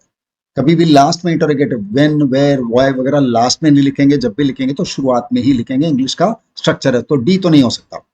और बी भी नहीं हो सकता, who the president give the prize to. Sir इसमें भी स्ट्रक्चर की प्रॉब्लम है। जब भी इंटरोगेटिव लिखते हैं इंग्लिश में क्या करते हैं क्वेश्चन पूछने के लिए, interrogative plus auxiliary plus subject plus other verbs.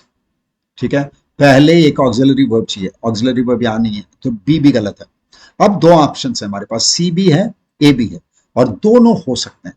देखना, whom did the president give the prize, लेकिन इसमें एक प्रॉब्लम है सर, ये टू मिसिंग, इसमें टू लिखना ही पड़ेगा। whom did the president give the prize to, तो ए गलत है, सी सही है। who was given the prize by the president, who was given the prize by the president, मैंने क्या कर दिया, whom को who कर दिया, सब्जेक्ट बना दिया। Okay, now the flight was delayed by the inclement weather, ये तो अफर्मेटिव सेंटेंस का पैसिव है और सिंपल पास्ट टेंस का पैसिव। तो सिंपल पास्ट एक्टिव ढूंढ लो, बहुत easy, inclement weather delayed the flight. Okay, simple past का एक्टिव। नाउ क्वेश्चन नंबर 70, इसमें okay, we were advised by rest by the coach, again were advised, simple past का passive है, तो simple past का active चाहिए, तो क्या लिखना पड़ेगा,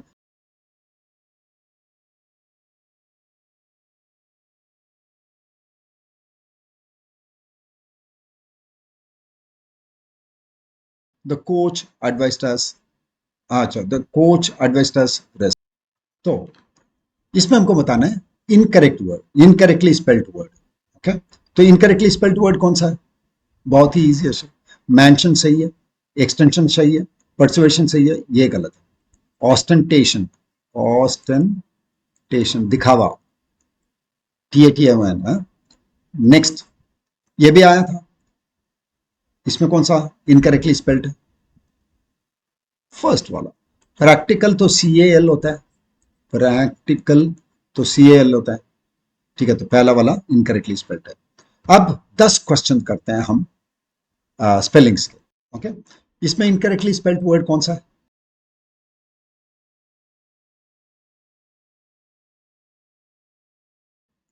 बहुत इजी है सर, हार्मनी, मेलोडी, सिंफनी तो सही है, रिदम गलत है, रिदम में ROHYTHM लिखते हैं। नेक्स्ट, इनकरेक्टली स्पेल्ड वर्ड बताओ,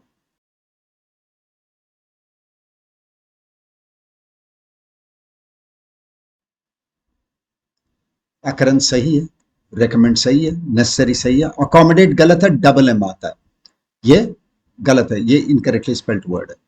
ठीक है, देन रिसीव, अचीव, बिलीव और परसीव,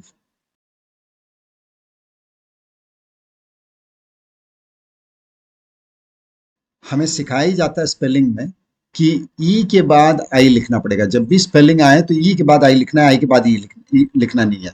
ठीक है, तो ई के बाद आई, रिसीव, ओके, CE, ठीक है, याद रखना। जब ई के पहले सी हो, ई के पहले सी हो तो ई आई लिखना है, अगर सी नहीं है तो हमको आई लिखना है, तो इसलिए अचीव। ओके, और यहां पर मैं भी सर गड़बड़ हो गया, IBBL, IEV होना चाहिए था। मैंने बताया कि अगर सी है तो EI, सी के अलावा कुछ भी होगा तो IE, तो बिलीव में BELIEV होना चाहिए था, तो बिलीव गलत है, बाकी सब सही है। तो परसीव में सी के बाद EIV। ठीक है, तो इनकरेक्ट स्पेलिंग है हमारा सी।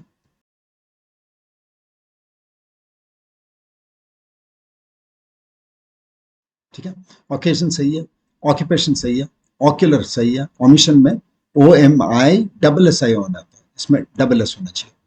ठीक है, 75th क्वेश्चन में आओ, इनकरेक्टली स्पेल्ड वर्ड बताओ,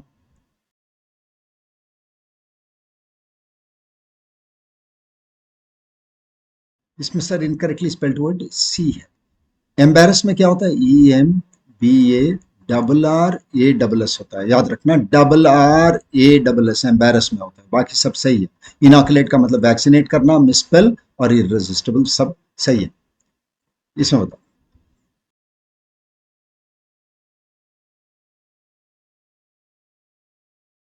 बहुत इजी है सर। वो तो बी, इंडिपेंडेंट, DENT।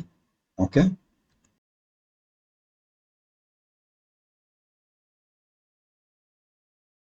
भी बहुत इजी है सर, डेफिनेट, DEFINIT। ठीक है, ये भी गलत स्पेलिंग।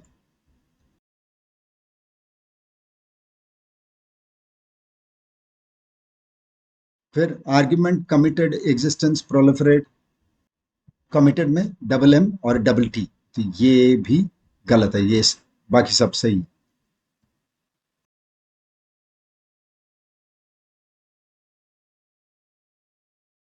ओके, फिर फेब्रुवरी, हाइट, 12th और रेस्टोरेंट। इनकरेक्ट कौन सा है? 12th। 12th में एस फाता है, ऐसे लिखते हैं 12th, बाकी सब सही।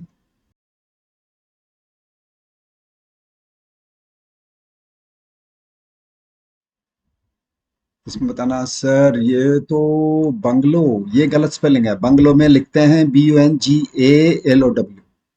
ये सारे स्पेलिंग सीख लेना, बहुत इंपॉर्टेंट स्पेलिंग्स हैं ये सारे के सारे, जो भी मैंने तुमको प्रैक्टिस कराया। ठीक है, अब इनडायरेक्ट स्पीच का एक क्वेश्चन आया था, डायरेक्ट स्पीच दिया हुआ था, इनडायरेक्ट स्पीच बताना है, और ये इंटरोगेटिव सेंटेंस है तो दैट नहीं लिखना है, दैट नहीं लिखना है, बताओ।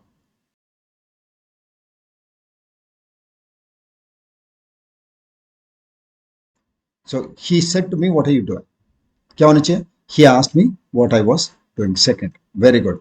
दैट वाला तो आना ही आएगा ही नहीं। ओके, और क्वेश्चन के फॉर्मेट भी हमेशा, क्योंकि बता रहे हैं तो क्वेश्चन नहीं रह जाएगा, वो फुल स्टॉप के साथ ही आएगा, तो हमको अफर्मेटिव सेंटेंस की तरह लिखना है।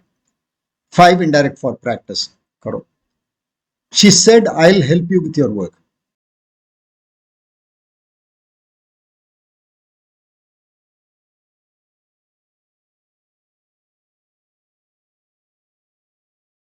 अब क्या होना चाहिए? बाहर में पास्ट टेंस है तो ये वुड हो जाएगा, आई हो जाएगा, शी तब क्या हो जाएगा? She said that she would help me with my work.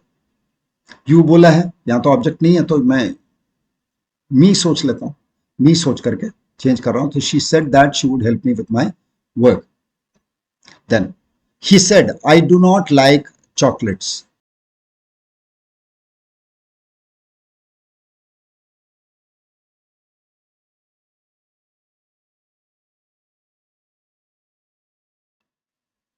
या I do not like chocolate.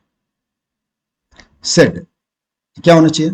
He said that he does not like chocolate, और he did not like chocolate, कौन सा लिखना चाहिए सर? दो सेंटेंस तो सही दिख रहे हैं, देखना, फर्स्ट भी सही दिख रहा है, सेकंड भी सही दिख रहा है। ऐसे जगह पे तुम बोलोगे कि सर ये तो हैबिट, वो हैबिट है, फैक्ट है, वो सब मत करना जब तक मुझे ये नहीं पता चले कि भाई ये आज भी वैसा ही है, आज भी वैसे ही है।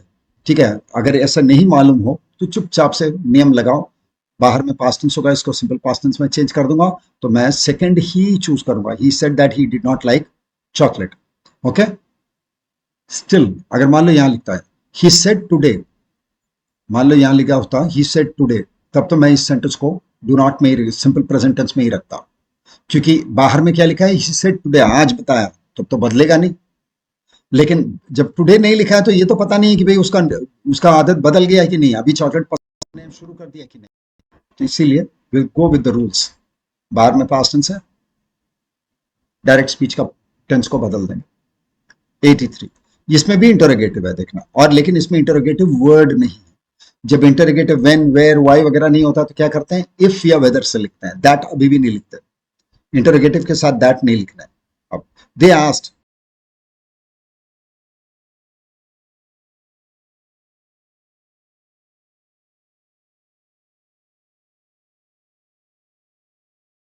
क्या होगा?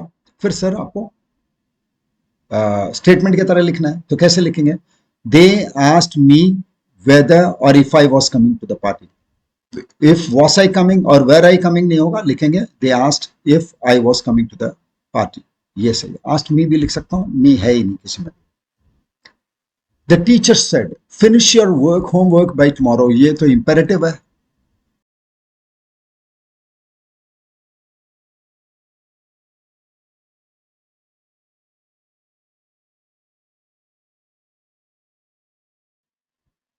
इंपेरेटिव को कैसे चेंज करते हैं?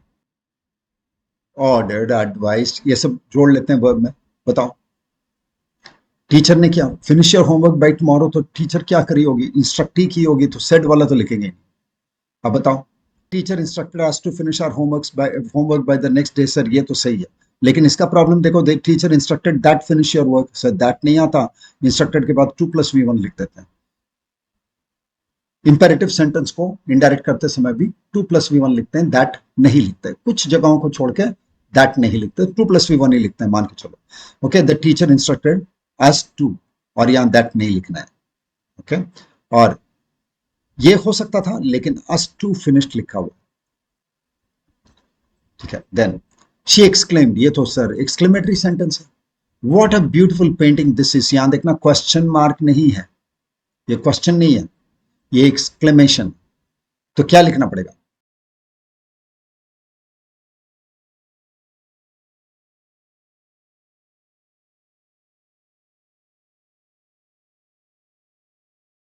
यहां पर मैं फिर दैट लिखना पड़ेगा। एक्सक्लेमेटरी में जब व्हाट व्हेन वगैरह भी आएगा तो दैट तो लिखना ही पड़ेगा, है ना? तो इसमें लिखते हैं she exclaimed that it was a beautiful painting. हाँ, so she exclaimed that it was a beautiful painting. Okay, now कुछ प्रैक्टिस क्वेश्चंस कर लेते हैं जंबल्ड पैरा का। ओके, करो।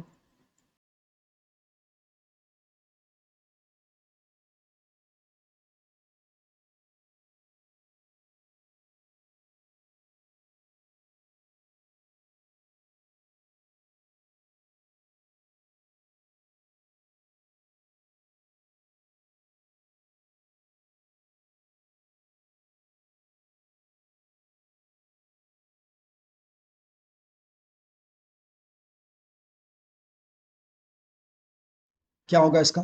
PRSQ, देखना। The ancient Egyptians build the pyramids as tombs for their pharaohs। Okay, R में they believed, who ancient, क्यों उनको टूम में, फरोज के लिए टूम क्यों बनाते थे? क्योंकि वो विश्वास करते थे। तो दे किसको दिखा रहा है? इजिप्शियंस को। तो PR एक साथ आना चाहिए, PR का कॉम्बिनेशन एक ही में है, तो पहला मेरा answer. Okay, try the next question.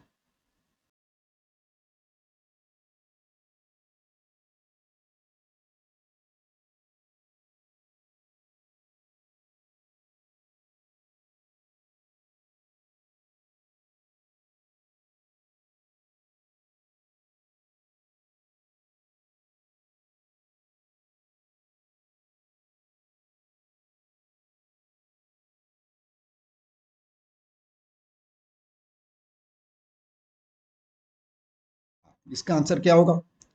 PQRS। जिसमें सीधा सीधी वैसे ही लिख देंगे। यहाँ देखना, the Amazon rain forest is the largest tropical rain forest in the world.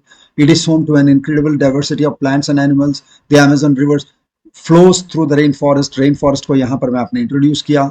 ठीक है, इट इज होम, ये रेन फॉरेस्ट को दिखा रहा है, इसीलिए P के बाद Q के बाद फिर रेन फॉरेस्ट में R, और deforestation in the Amazon has significant impacts on global climate, ये लास्ट में पहले वो क्या है और उसकी डिफॉरेस्टेशन, तो PQRS ही सही है। इसको करो।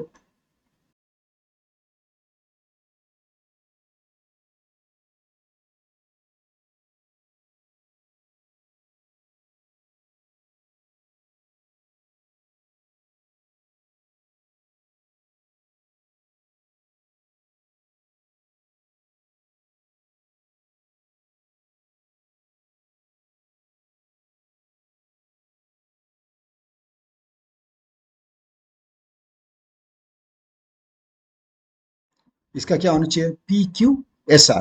The mountain range stood tall, its peaks piercing the sky with snow-capped brilliance। उसके बाद as the sun began to set, the sky turned into a canvas of orange and pink hues। well, उसके बाद अब सन began to set, तो shadow लंबा होने लगेगा, shadow लंबा होने लगेगा। PQ ऐसा। 89 करो।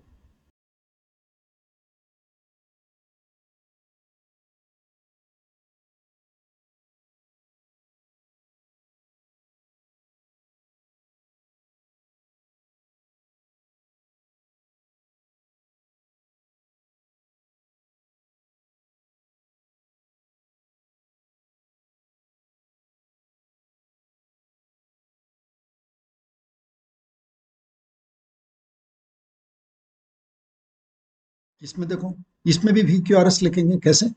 The scientist carefully documented her observations in a leather bound journal. Hours passed as she meticulously recorded the subtle changes in the experiment. Okay. With each new entry, the excitement of potential discovery kept her focused, and she knew that these findings could lead to groundbreaking advancement in her field, PQRS. 90th question करो.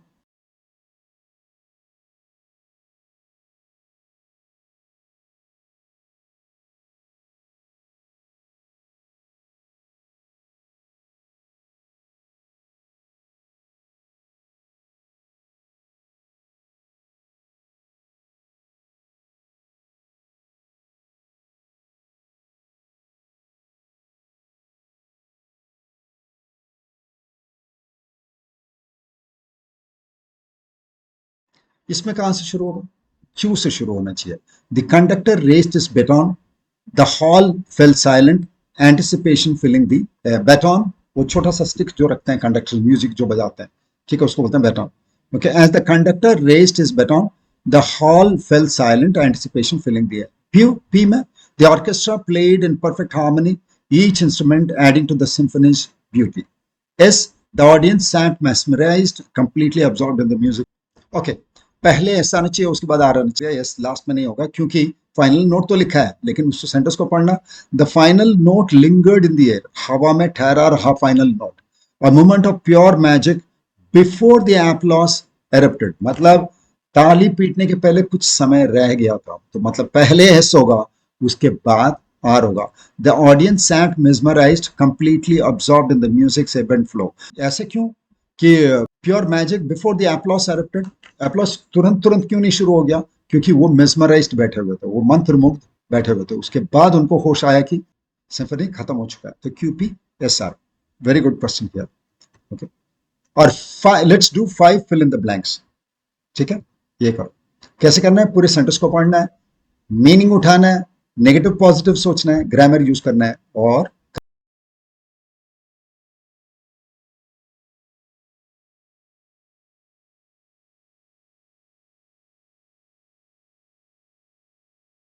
Sir यहां पर मैं तो 2 लिखा है तो V1 ही चाहिए.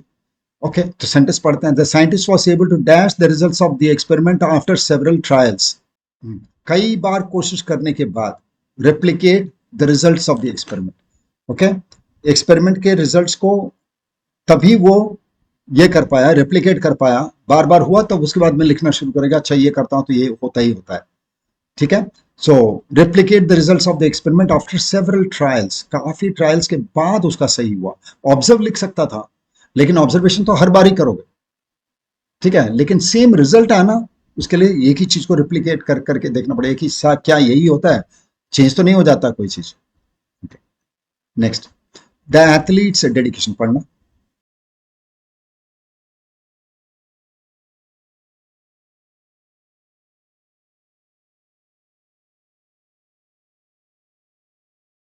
The athlete's dedication to training was dash leading her to her success in competition.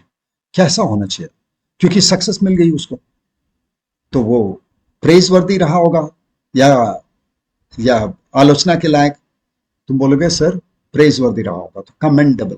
Questionable तो भाई जब नहीं जीतते तो क्वेश्चनेबल बोलता. इनकॉन्सिक्वेंशियल कोई माने मतलब ही नहीं था, ठीक है, जब रिजल्ट ही नहीं आया तो माने मतलब ही नहीं. अनअवॉइडेबल, तो यहां पर मैं कमेंडेबल लिखना पड़ेगा because she ultimately got success. The committee decided to dash the proposal after a thorough discussion.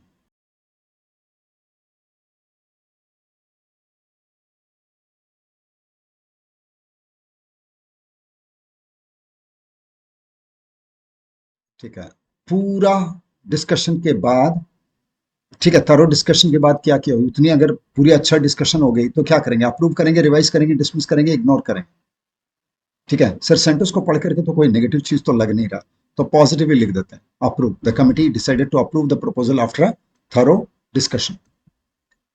अगला देखो. The ancient manuscript was difficult to read due to its dash language. Difficult to read,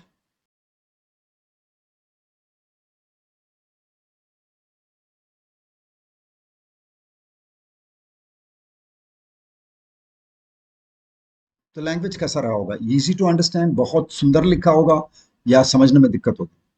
समझने में दिक्कत होगी। तो क्या होना चाहिए? आर्केक। आर्केक का मतलब है मिस्टीरियस, पुराना, इसीलिए समझ में ना आना। ठीक है, फॉरेन नहीं, फॉरेन तो कोई ना कोई कर ही देगा। ठीक है, मिस्टीरियस, इसलिए आर्केक लैंग्वेज। इसको कोशिश करो।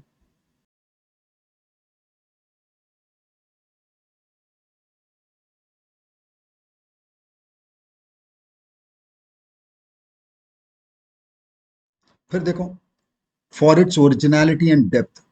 ठीक है, by critics for originality and depth होगा तो अच्छा ही रहा होगा। तो उन्होंने क्या किया होगा? प्रेज, रिजेक्टेड, मिसअंडरस्टूड और इग्नोर्ड, प्रेज्ड।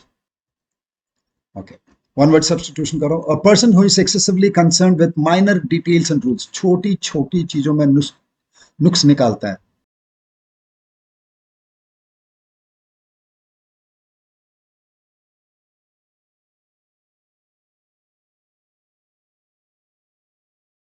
उसको क्या बोलते हैं? उसको बोलते हैं परफेक्शनिस्ट। पेडेंट होता है जो नियम के अनुसार चलता है। प्रैग्मेटिस्ट होता है जो प्रैक्टिकल होता है। आइडियलिस्ट होता है आदर्शवादी। ठीक है, यहां पर मैं छोटी छोटी चीजों पर ध्यान देने वाला, नुक्स निकालने वाला perfectionist. A government system where power is concentrated in the hands of a single ruler.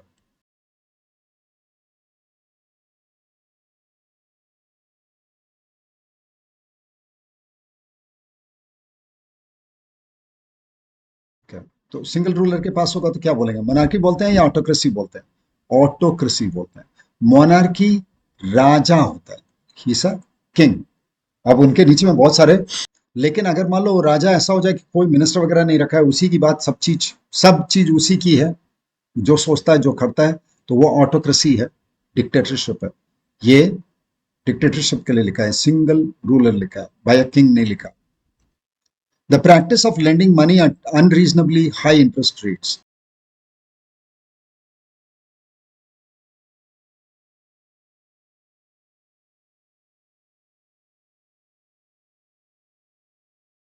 सूदखोरी करना, क्या बोलते हैं उसको? यूजुरी। उसको बोलते हैं यूजुरी। बैंकरप्सी तो दिवालिया है। इक्विटी, इक्विटी हो गया शेयर्स। मॉर्टगेज हो गया पॉन करना। A place where public legal and historical documents are kept.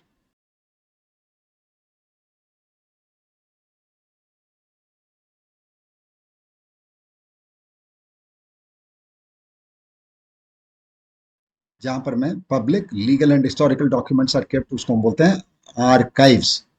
डेपोसिटरी बोल के बैंक्स में होता है। रिपोजिटरी होता है जहां पर मैं रिकॉर्ड रूम्स रखते हैं, लेकिन पुरानी चीजें होंगी क्या रिपोजिटरी में? पता नहीं।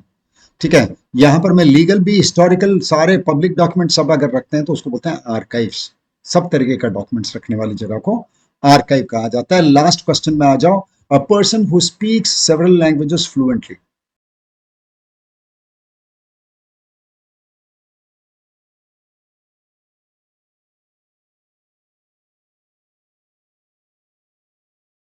क्या बोलते हैं? पॉलीग्लॉट। पॉलीग्लॉट, पॉली माने अधिक, ग्लॉट का मतलब टंग, जीभ। तो अलग अलग किस्म का लैंग्वेज जो बोलता है उसको हम लोग बोलते हैं, दो से ज्यादा लैंग्वेज बोलेगा तो उसको बोलेंगे पॉलीग्लॉट। अगर दो लैंग्वेज बोलेगा तो उसको बोलेंगे bilingual. Okay, now SSC sir इस साल नहीं दे रहा हूँ, अगले साल देना है मुझे, या एसएससी टीयर 2 का बैच ज्वाइन करना है, तो हमारा ऐप डाउनलोड करो जिसका लिंक दिया हुआ है डिस्क्रिप्शन बॉक्स में। एसएससी की टीयर 1 के लिए हमारे पास 3 बैचेस हैं। एसएससी टारगेट बैच जो अलग अलग समय के लिए, 3 महीने, 6 महीने, 1 साल के लिए। रिवाइज क्विक रिवीजन चाहिए तो 3 महीने का कोर्स लेकर आप रिवीजन पूरा कर सकते हो। फ्री मटेरियल भी बहुत सारा है अपने ऐप में, इसलिए ऐप डाउनलोड करो और भरपूर यूज करो। ओके, और हमारे फ्री मॉक टेस्ट भी हैं एसएससी के हमारे ऐप पर, उसको भी डाउनलोड करो। ऐप का लिंक दिया हुआ है डिस्क्रिप्शन बॉक्स में। ओके, हमारी टेलीग्राम चैनल भी ज्वाइन करो, हम हमसे कांटेक्ट भी कर सकते हो, नंबर भी उसमें है। ठीक है, सी यू।